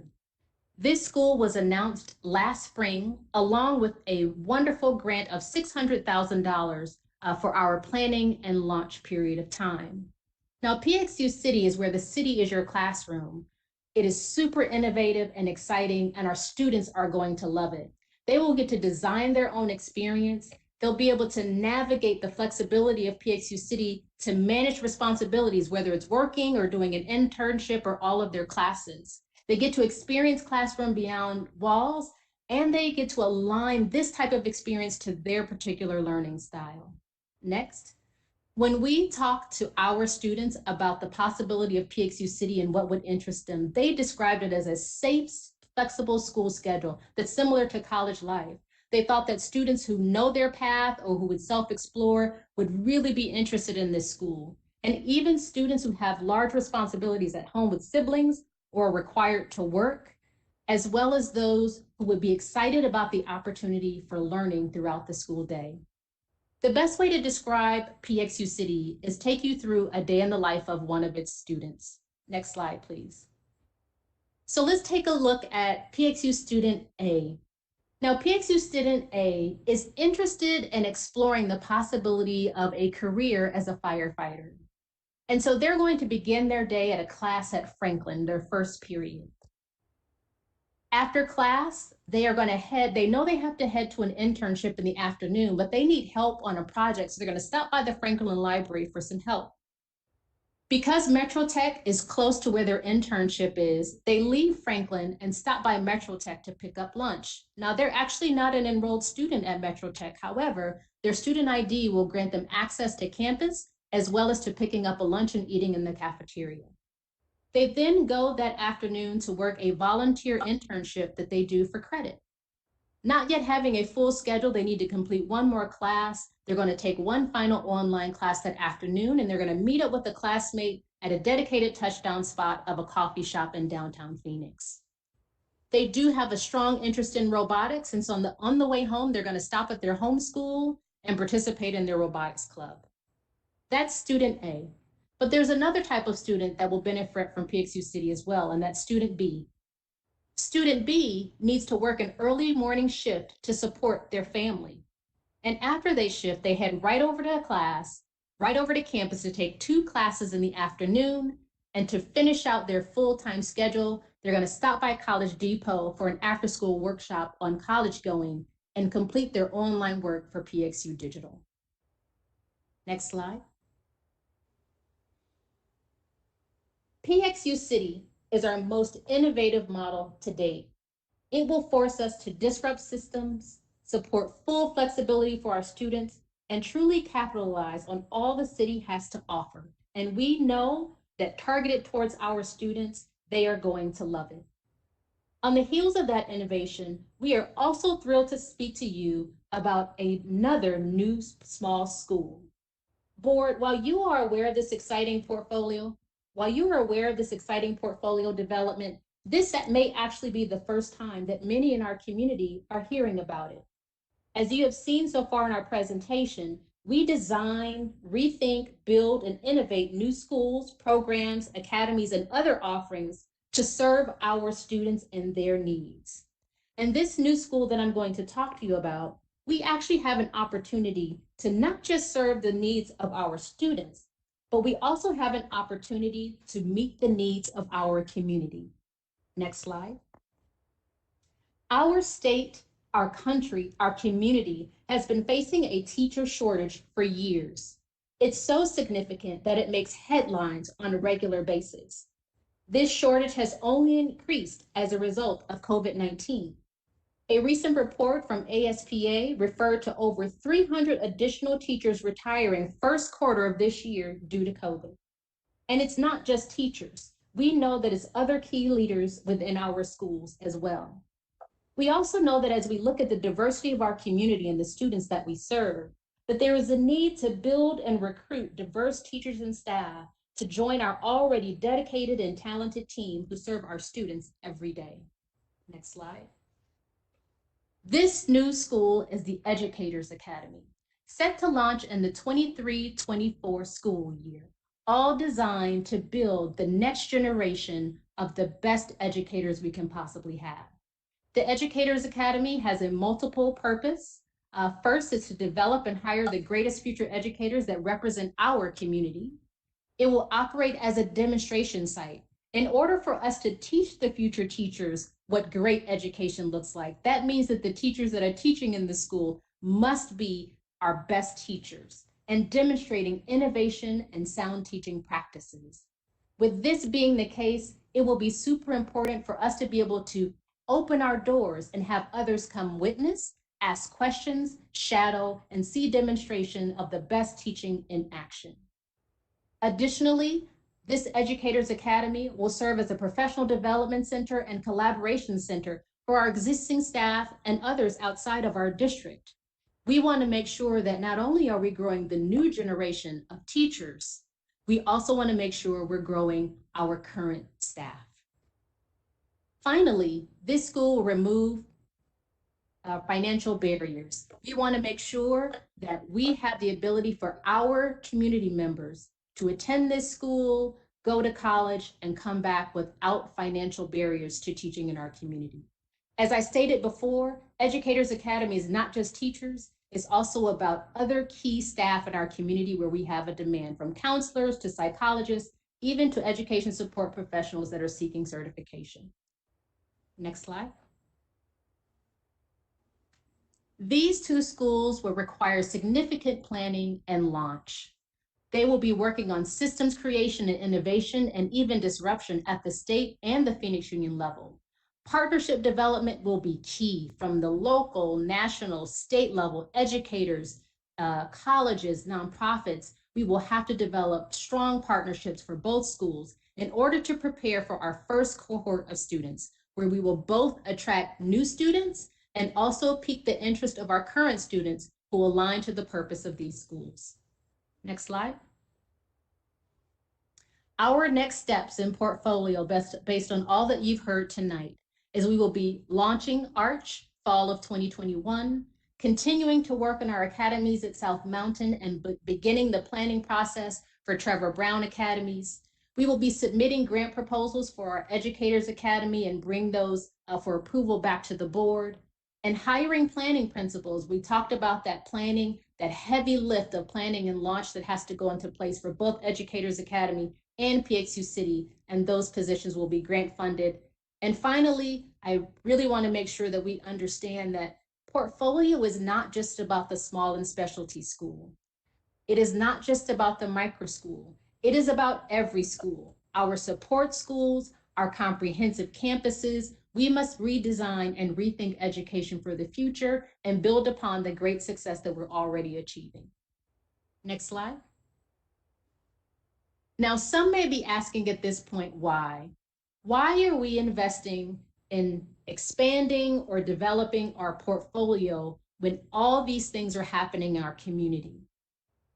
And it may feel like a time to retreat. The truth is that we know that COVID-19 has had a significant impact on budgets across the world. It has put us in an economic crisis as a community. And it may be tempting at that point to retreat and maintain the status quo. Our CFO, Sherry Salaya, has said to us on numerous occasions, it has been the success of our portfolio and the strength of our enrollment these past years that has allowed us to weather the storm of right now for COVID-19. But while we have been able to maintain this year, Ms. Alaya has also been clear that the economic crisis is going to have a greater impact on us in the upcoming years. And so again, while it may seem like it is time to pause on portfolio, what we also know is that it has been our portfolio that has contributed to the stability of our enrollment over time. And so actually we need to lean into portfolio to make sure that we're investing in our comprehensive campuses, visioning and redesigning, and support schools that may need to support more than ever, and really thinking about the small schools and the micro schools. It's time to invest. To invest will help us to grow and give us greater stability as we navigate these trying times. Next slide. We also know that because of COVID-19, our families, our students have been home for a year, and they have gotten used to doing things in a very different way. Across the country, you hear conversations about how is demand going to look different for what students and families expect when they return to the classroom. We know that over the course of this past year, we have heard more and more about the numbers of options available for students and families to choose from. Increased charters, increased small schools. We have to keep up with all of this innovation because we know that in our community, we know our students and we know how to serve our students best. So coupled with the past performance of our portfolio to provide stable enrollment in ADM, and knowing that the demand for different learning environments as our students return to campus is only going to get more, we know that we have to continue to invest in portfolio. Next slide. We also know that we have to be smart about it, and we don't take that lightly. We have to manage our budgets very wisely going into this. And so we are really committed that as we think about launching these new small schools or specialty schools or doing major renovations, doing major rethinking and redesigning, it is important that we think about that upfront cost, that startup cost. And so for the planning and launch years, our teams are working diligently to work with local funders and foundations to provide grants, like I referred to earlier around PXU City, to cover the startup cost until a school breaks even. We also know that when we work on new projects, whether it be a massive renovation at a comprehensive campus or building a new building for a small school, that bonds and overrides play a key role in covering those costs, whether it be the construction or buying technology or even furniture and equipment. It's a critical part of the equation, and it's important that we continue to pass those. And then finally, there's a dedicated portfolio budget that supplements what the foundations and the funders and the bonds and overrides may not cover. Now that's our planning and launch years. As we move into building and expansion years where students are actually in the seats now, their enrollment generates ADM. And so immediately we begin to have cover from funding.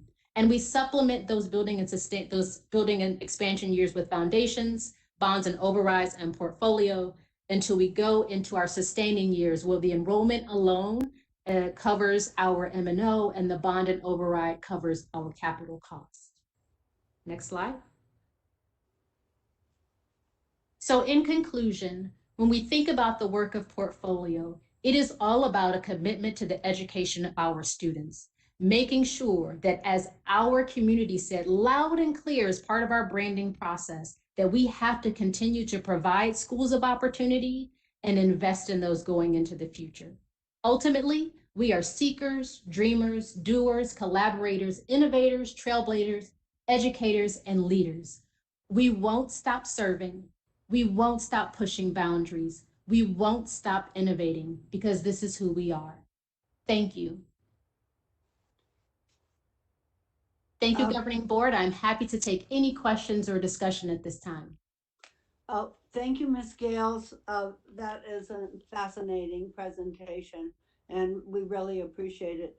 At this time, are there any questions or comments from board members? President Austin? Yes, Board Member Ross. I have a question. That was a really good presentation. Thank you so much. My question is with the ARCH program, what are we doing to ensure that we are marketing to ensure equity and access for all of our students, so that all of our students are aware of this. Of course, every student won't enroll in it, but making sure that all of our students know about it. How are we making sure that we market that way or promote? Thank you. That is absolutely a great question. So one of our first priorities as we launch ARCH, and Principal Georgia and our portfolio team have actually been discussing making sure that we have equity of access to this program. And so we will make sure that we'll be working with the community. We will definitely be working within the school and making sure that when we think about what that profile of that student is, right, that we are offering ample opportunity for anyone interested in that trajectory to actually apply and be admitted to that school. So it is really at the forefront of our minds to make sure that we have equity of access. Thank you. Anyone else? If I can just make a comment, President Austin, this is Member Para. Yes, Ms. Para. Thank you, President Alston and Dr. Gaston and Michelle. I just want to thank you for the presentation. I just want to make a comment around, when we really started looking at portfolio a few years back, and really thinking about how we invest in our community across the system. To me, the way that we manage this portfolio is really a way that we're holding ourselves accountable to the point that Member Ross just brought up, that we're ensuring equity, that we're ensuring access to opportunity for all of our students. So I'm proud that we're leaning into this and really kind of leading the way from a lens of improving access to high quality education for all of our students. And I'd love, Dr. Guest, I know we will eventually get to this, but if you can also just comment on for folks that are watching, like our plan to assess quality seats as well as part of our portfolio.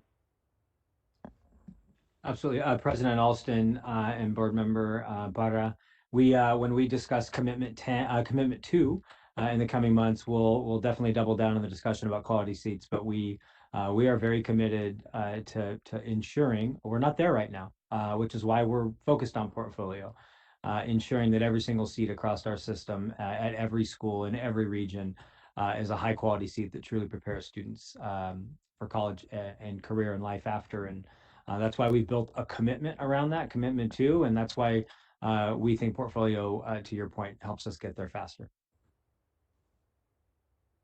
Any other comments or questions? All right, thank you so much again, Ms. Scales. I love that presentation, and I think it helps celebrate our past, our present, and our future. So thank you. Thank you. Board members, will you please mute your microphones now if you have not already?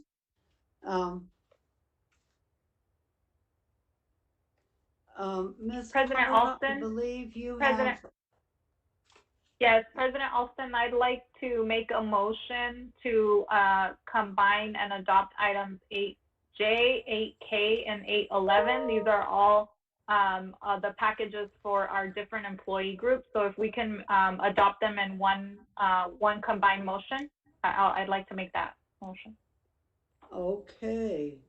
There's been a motion to adopt the economic package for education support professionals for the 2021-2022 school year, to adopt the economic package for certified employees for the 2021-2022 school year, to approve the modification of the 2020-21 performance-based pay plan, and to adopt the economic package for administrative employees for the 2021-2022 school year. Is there a motion and a second? I second. Okay, a motion has been made by Board Member Para and seconded by Board Member Ross. Is there any discussion? On the motion, those in favor, please indicate by saying aye. Aye. Aye. Aye. Thank you. Those opposed, please indicate by saying nay. Any abstentions? The motion carries. You may mute your microphones once again. The next item is 8M, ratification of extended temporary COVID-19 leave. Dr. Gesson, can you fill us in about that? Absolutely, President Alston, members of the board, tonight, very excited to bring to you this item, which is the extension of FFCRA. I want to talk a little bit about that. This is item 8M. As you are very well aware, COVID has had a dramatic impact in so many ways, especially to our families and especially to our employees. And fortunately, early on in COVID, a federal act was passed known as the Families First Coronavirus Response Act, otherwise known as FFCRA. And what this did is this provided protections to employees all throughout our country to make sure that if families or individuals had COVID and had to stay home to get better, or if they were asked or forced to quarantine, or if they had a family member in the household that had COVID, that those individuals could focus on their wellness, not their leave bank and not their pocketbooks. It also had provisions for childcare as well. And this was a fantastic program and protection for our employees. And unfortunately, it expired on December 31st, 2020. However, as you know, board, many of you advocated, it's why we're here for this, as did our executive team, our employees, our associations, that even if the federal protections went away, we wanted to do all we can to provide our own protections. And so working with local legal counsel, we were able to confirm that we could extend our own version of FFCRA even if these protections went away. And so tonight, governing board, this agenda item, I think is a very exciting item. It's also a display of our values to make sure that we are compassionate with our employees. As I said, if an employee in Phoenix Union gets sick with COVID or has to quarantine or care for someone at home, we do not want them to be worried about their leave bank or their paycheck. We want them to be well. And so tonight we bring to you the ratification of Phoenix Union's version of FFCRA so that we can, again, make sure our employees get well when and if that situation arises. And certainly we recommend approval. Thank you, Dr. Geston. Board members, at this time, please unmute your microphone as we will be voting on this action item. Is there a motion to ratify the extended temporary COVID-19 leave and a second? So moved. Second. Okay. Para motioned. Okay, thank you. Was that board member Marquez that made the motion? Stephanie made the Stephanie. motion. Stanford seconded. Okay, thank you. A motion has been made by board member Para and seconded by clerk Stanford Prescott. Is there any discussion? Thank you, Madam President. Can I say just a couple of words real quickly? Certainly, Mr. Gallardo. Thank you, Madam President. This is huge. This really shows the values of Phoenix Union. This is really huge. I mean, we've had this discussion even on the county level, and unfortunately, I haven't gotten this far, at least on the county level. But this is really huge. It really shows that we are taking care of our hardworking employees. We value their work. We value their everything they do for us, and our way to make sure that they are safe, healthy, that their families are safe and healthy. So this is huge. Hats off to the entire leadership team for bringing this forward. And this is one of those votes that you're just so proud to be part of Phoenix Union. This is one of them. Just once again, just a big pat on the back to our leadership team. Thank you. Thank you. Is there anyone else who would like to make a comment or ask a question? Okay, those of you who have not unmuted, please do that now. Thank you. On the motion, those in favor, please indicate by saying aye. Aye. Aye. Aye. Those opposed, please indicate by saying nay. Are there any abstentions? The motion passes. Board members, please mute your microphones. I feel like I'm a broken record over here. The next item is 11A, second semester discussion. Dr. Gessen. Good evening, President Alston and members of the board. One more time, this is the last real item of the evening. As you are very well aware, we have set aside every month an agenda item for the governing board to get an update on the spread of COVID, in-person learning, return to work, and then this is also an opportunity for governing board to give any suggestions or recommendations moving forward. I just want to share a few things before I open it up. First of all, you did hear a comment about enrollment earlier as it relates to portfolio. We have been impacted by COVID, although we've been improving over the last couple of months. Phoenix Union, as you saw, the nation is down somewhere between 10 to almost 15% in enrollment. Families are just opting out of schooling. That's a very scary thought across our nation. Phoenix Union did begin our year down almost 500 students, but we are down as of last week, only 3,200 students this year compared to last year. Part of that is part of that story is told here in this graph. You can tell, for those of you who can see this closely, the bottom line, the green line is this year. The other lines represent the last 3 years. And you can tell that we started the year down much farther than we have in the past. But what you see is that we have been able to retain our students at better levels than we have in recent future or the recent past, and really wanted to thank our all of our staff, our administrative staff, our certified staff, and our education support professionals. For us to be able to retain students at higher rates than we ever have before is extremely impressive, even in the middle of this pandemic. And so we have seen this line continue to flatten. It would be wonderful if we could end the year higher than we did in previous years. Of course, ADM is calculated on the annual average, and so being down 32 students doesn't mean that our budget is only down 32. It's an average or conglomeration of the entire year, but we are proud of this accomplishment. But it's also important that we note, governing board, that COVID has had an impact in enrollment. And you heard President and Senator Alston earlier today comment that she went to our website. Unfortunately, spread of COVID continues at really high, challenging, and dangerous levels in our community. Phoenix Union tracks several zip codes. We have 32 zip codes inside of our boundaries. You heard that tonight from Michelle Gales. We also track several other zip codes in which our students live and our staff reside as well.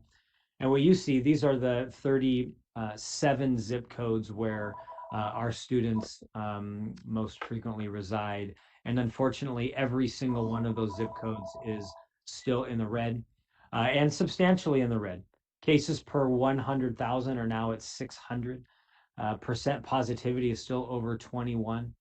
Now, there is good news that just 2 weeks ago, we were at nearly 1,000 cases per 100,000, and we're now down to 600. That percent positivity was around 25. We're now getting closer to 20. And so we are starting to see a sharp decline in the spread of COVID. That's exciting news for us and our community, but we're not there yet. And know that the reason why we recently made a decision to remain in distance learning for the rest of the third quarter is because our community spread is just not at safe levels. Now, certainly, governing board, vaccines will play a big role, but it's not going to play the only role. That we have to make sure that we are giving access to vaccines as much as possible, but also doing our part in community spread and public health, and have set some goals. As you know, governing board, we have said that we will focus on data and not dates. We have recently, just last week, when we made the announcement that we were going to continue in virtual learning for the rest of the third quarter. We did once again publish possible target dates.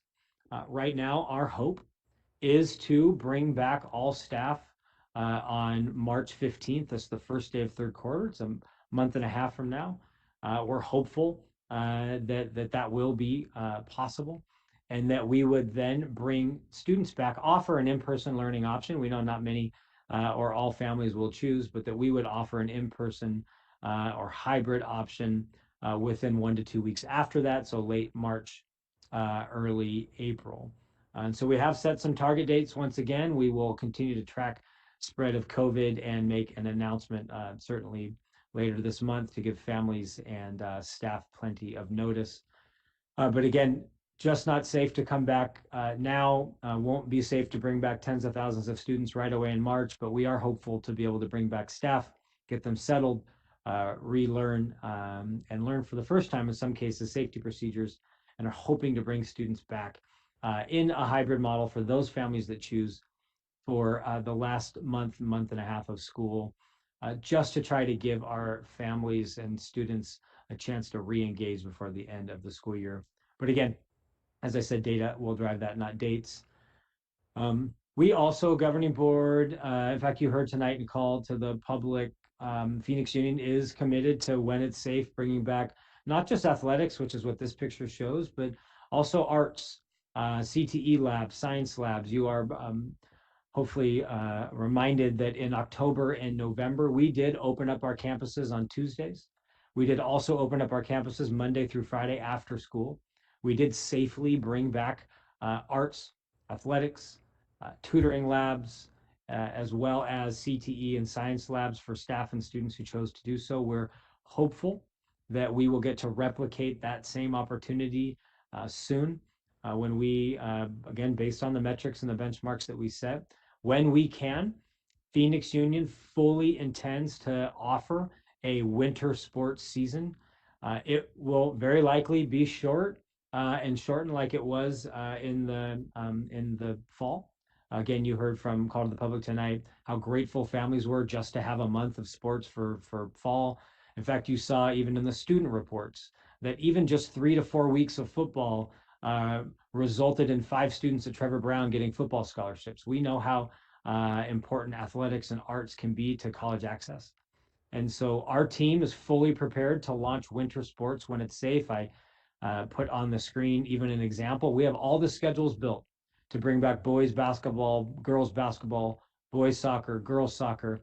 Again, won't do so when it's safe, but would launch our own Phoenix Union only sports season for winter sports to give all of our students, but especially our juniors and seniors, a chance to be seen and get access to college. And then, of course, we will consider spring sports as that gets as we get closer to the spring. And then finally, Governing Board, before I turn it back to you, to any comments, questions about spread of COVID, vaccines, bringing staff and students back. I do want to highlight that there is many upsides, many downsides to COVID, but some upsides and advantages. And one of those is that we were able to speed up the timeline for the installation of turf fields across Phoenix Union. Because sports aren't happening, we don't have use. And so we're able to go faster.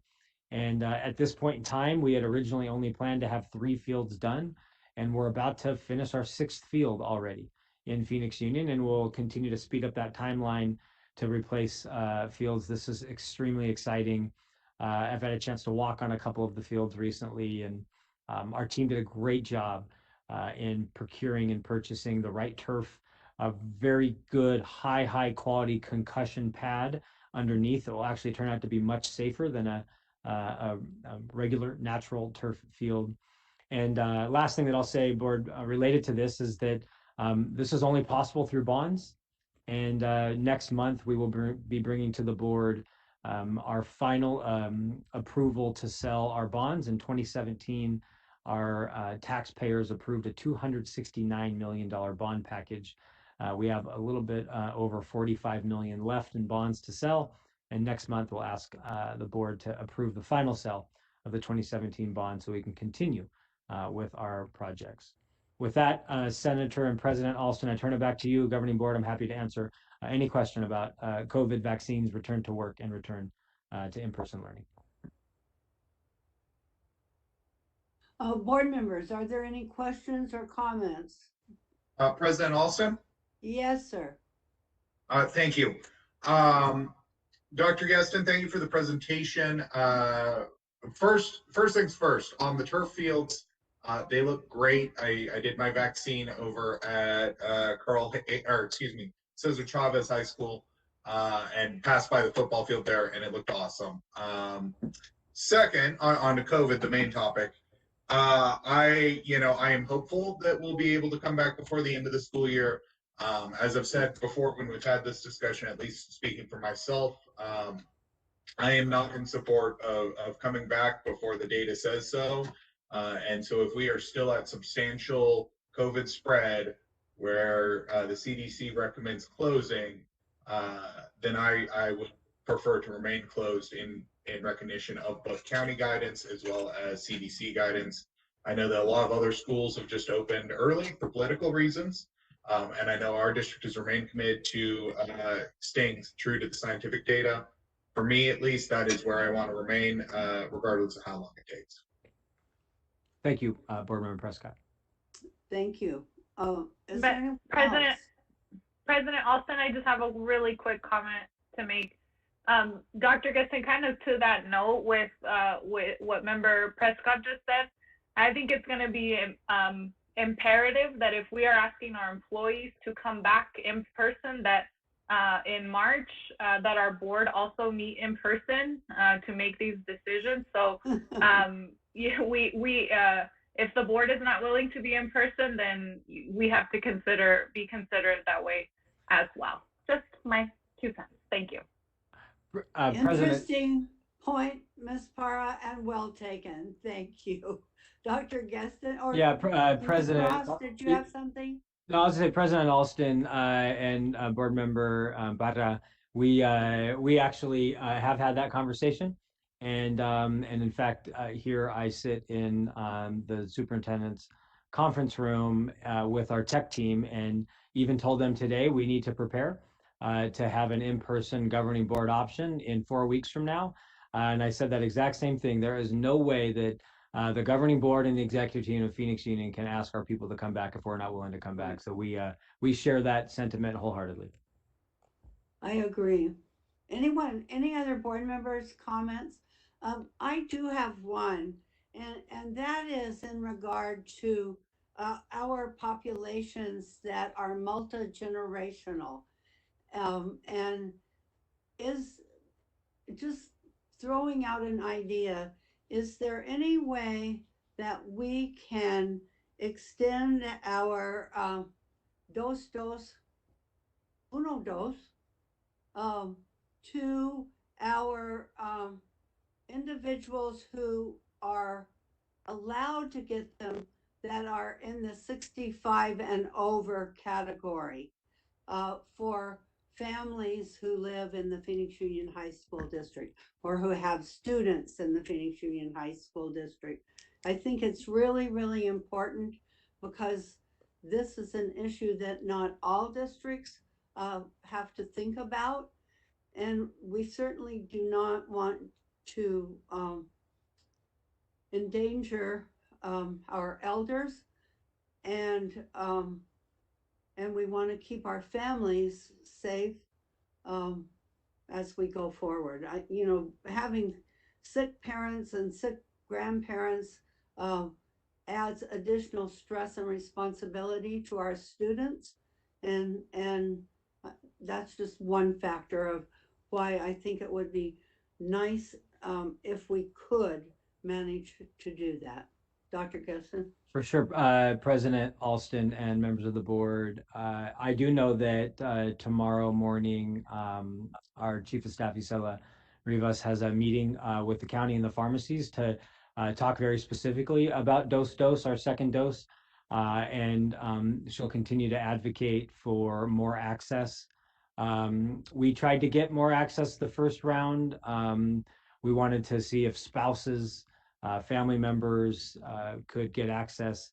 And of course, as you saw the first round, we weren't able to do so, but we agree We know that in many zip codes, especially ones that Phoenix Union serves, that we have more multi-generational families and houses than we see in most zip codes across the state. And so tomorrow, Ms. Rivas will continue to advocate for more access. I will also tell you this, that we have made it very well known to the county that when more vaccines are available and we get to 65 and older, when we get to even phase 2, which is general public, that Phoenix Union is willing and able to provide our support and resources to open up our campuses for general vaccinations as well.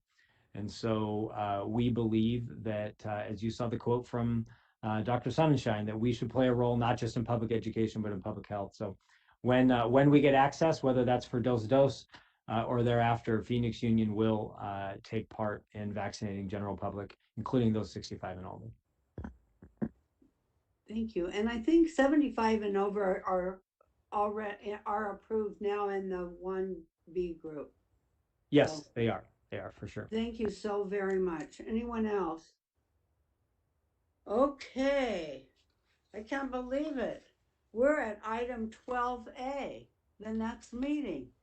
The next regular meeting of the governing board is scheduled for Thursday, March 4th, 2021 at 6 p.m. The meeting will be live streamed, and it may be in person for us. Board members, at this time, please unmute your microphone as we will vote on this action item, item number 13, motion to adjourn. Having concluded our business, is there a motion to adjourn? So move. Second. A motion has been made by Board Member Ross and seconded by Board Member Para. On the motion, those in favor, please indicate by saying aye. Aye. Aye. Aye. Those opposed, please indicate by saying nay. The motion carries. Thank you all for a great evening and a Buenas noches. productive board meeting. Yes. Thank you, Have a Madam great President. evening, everybody.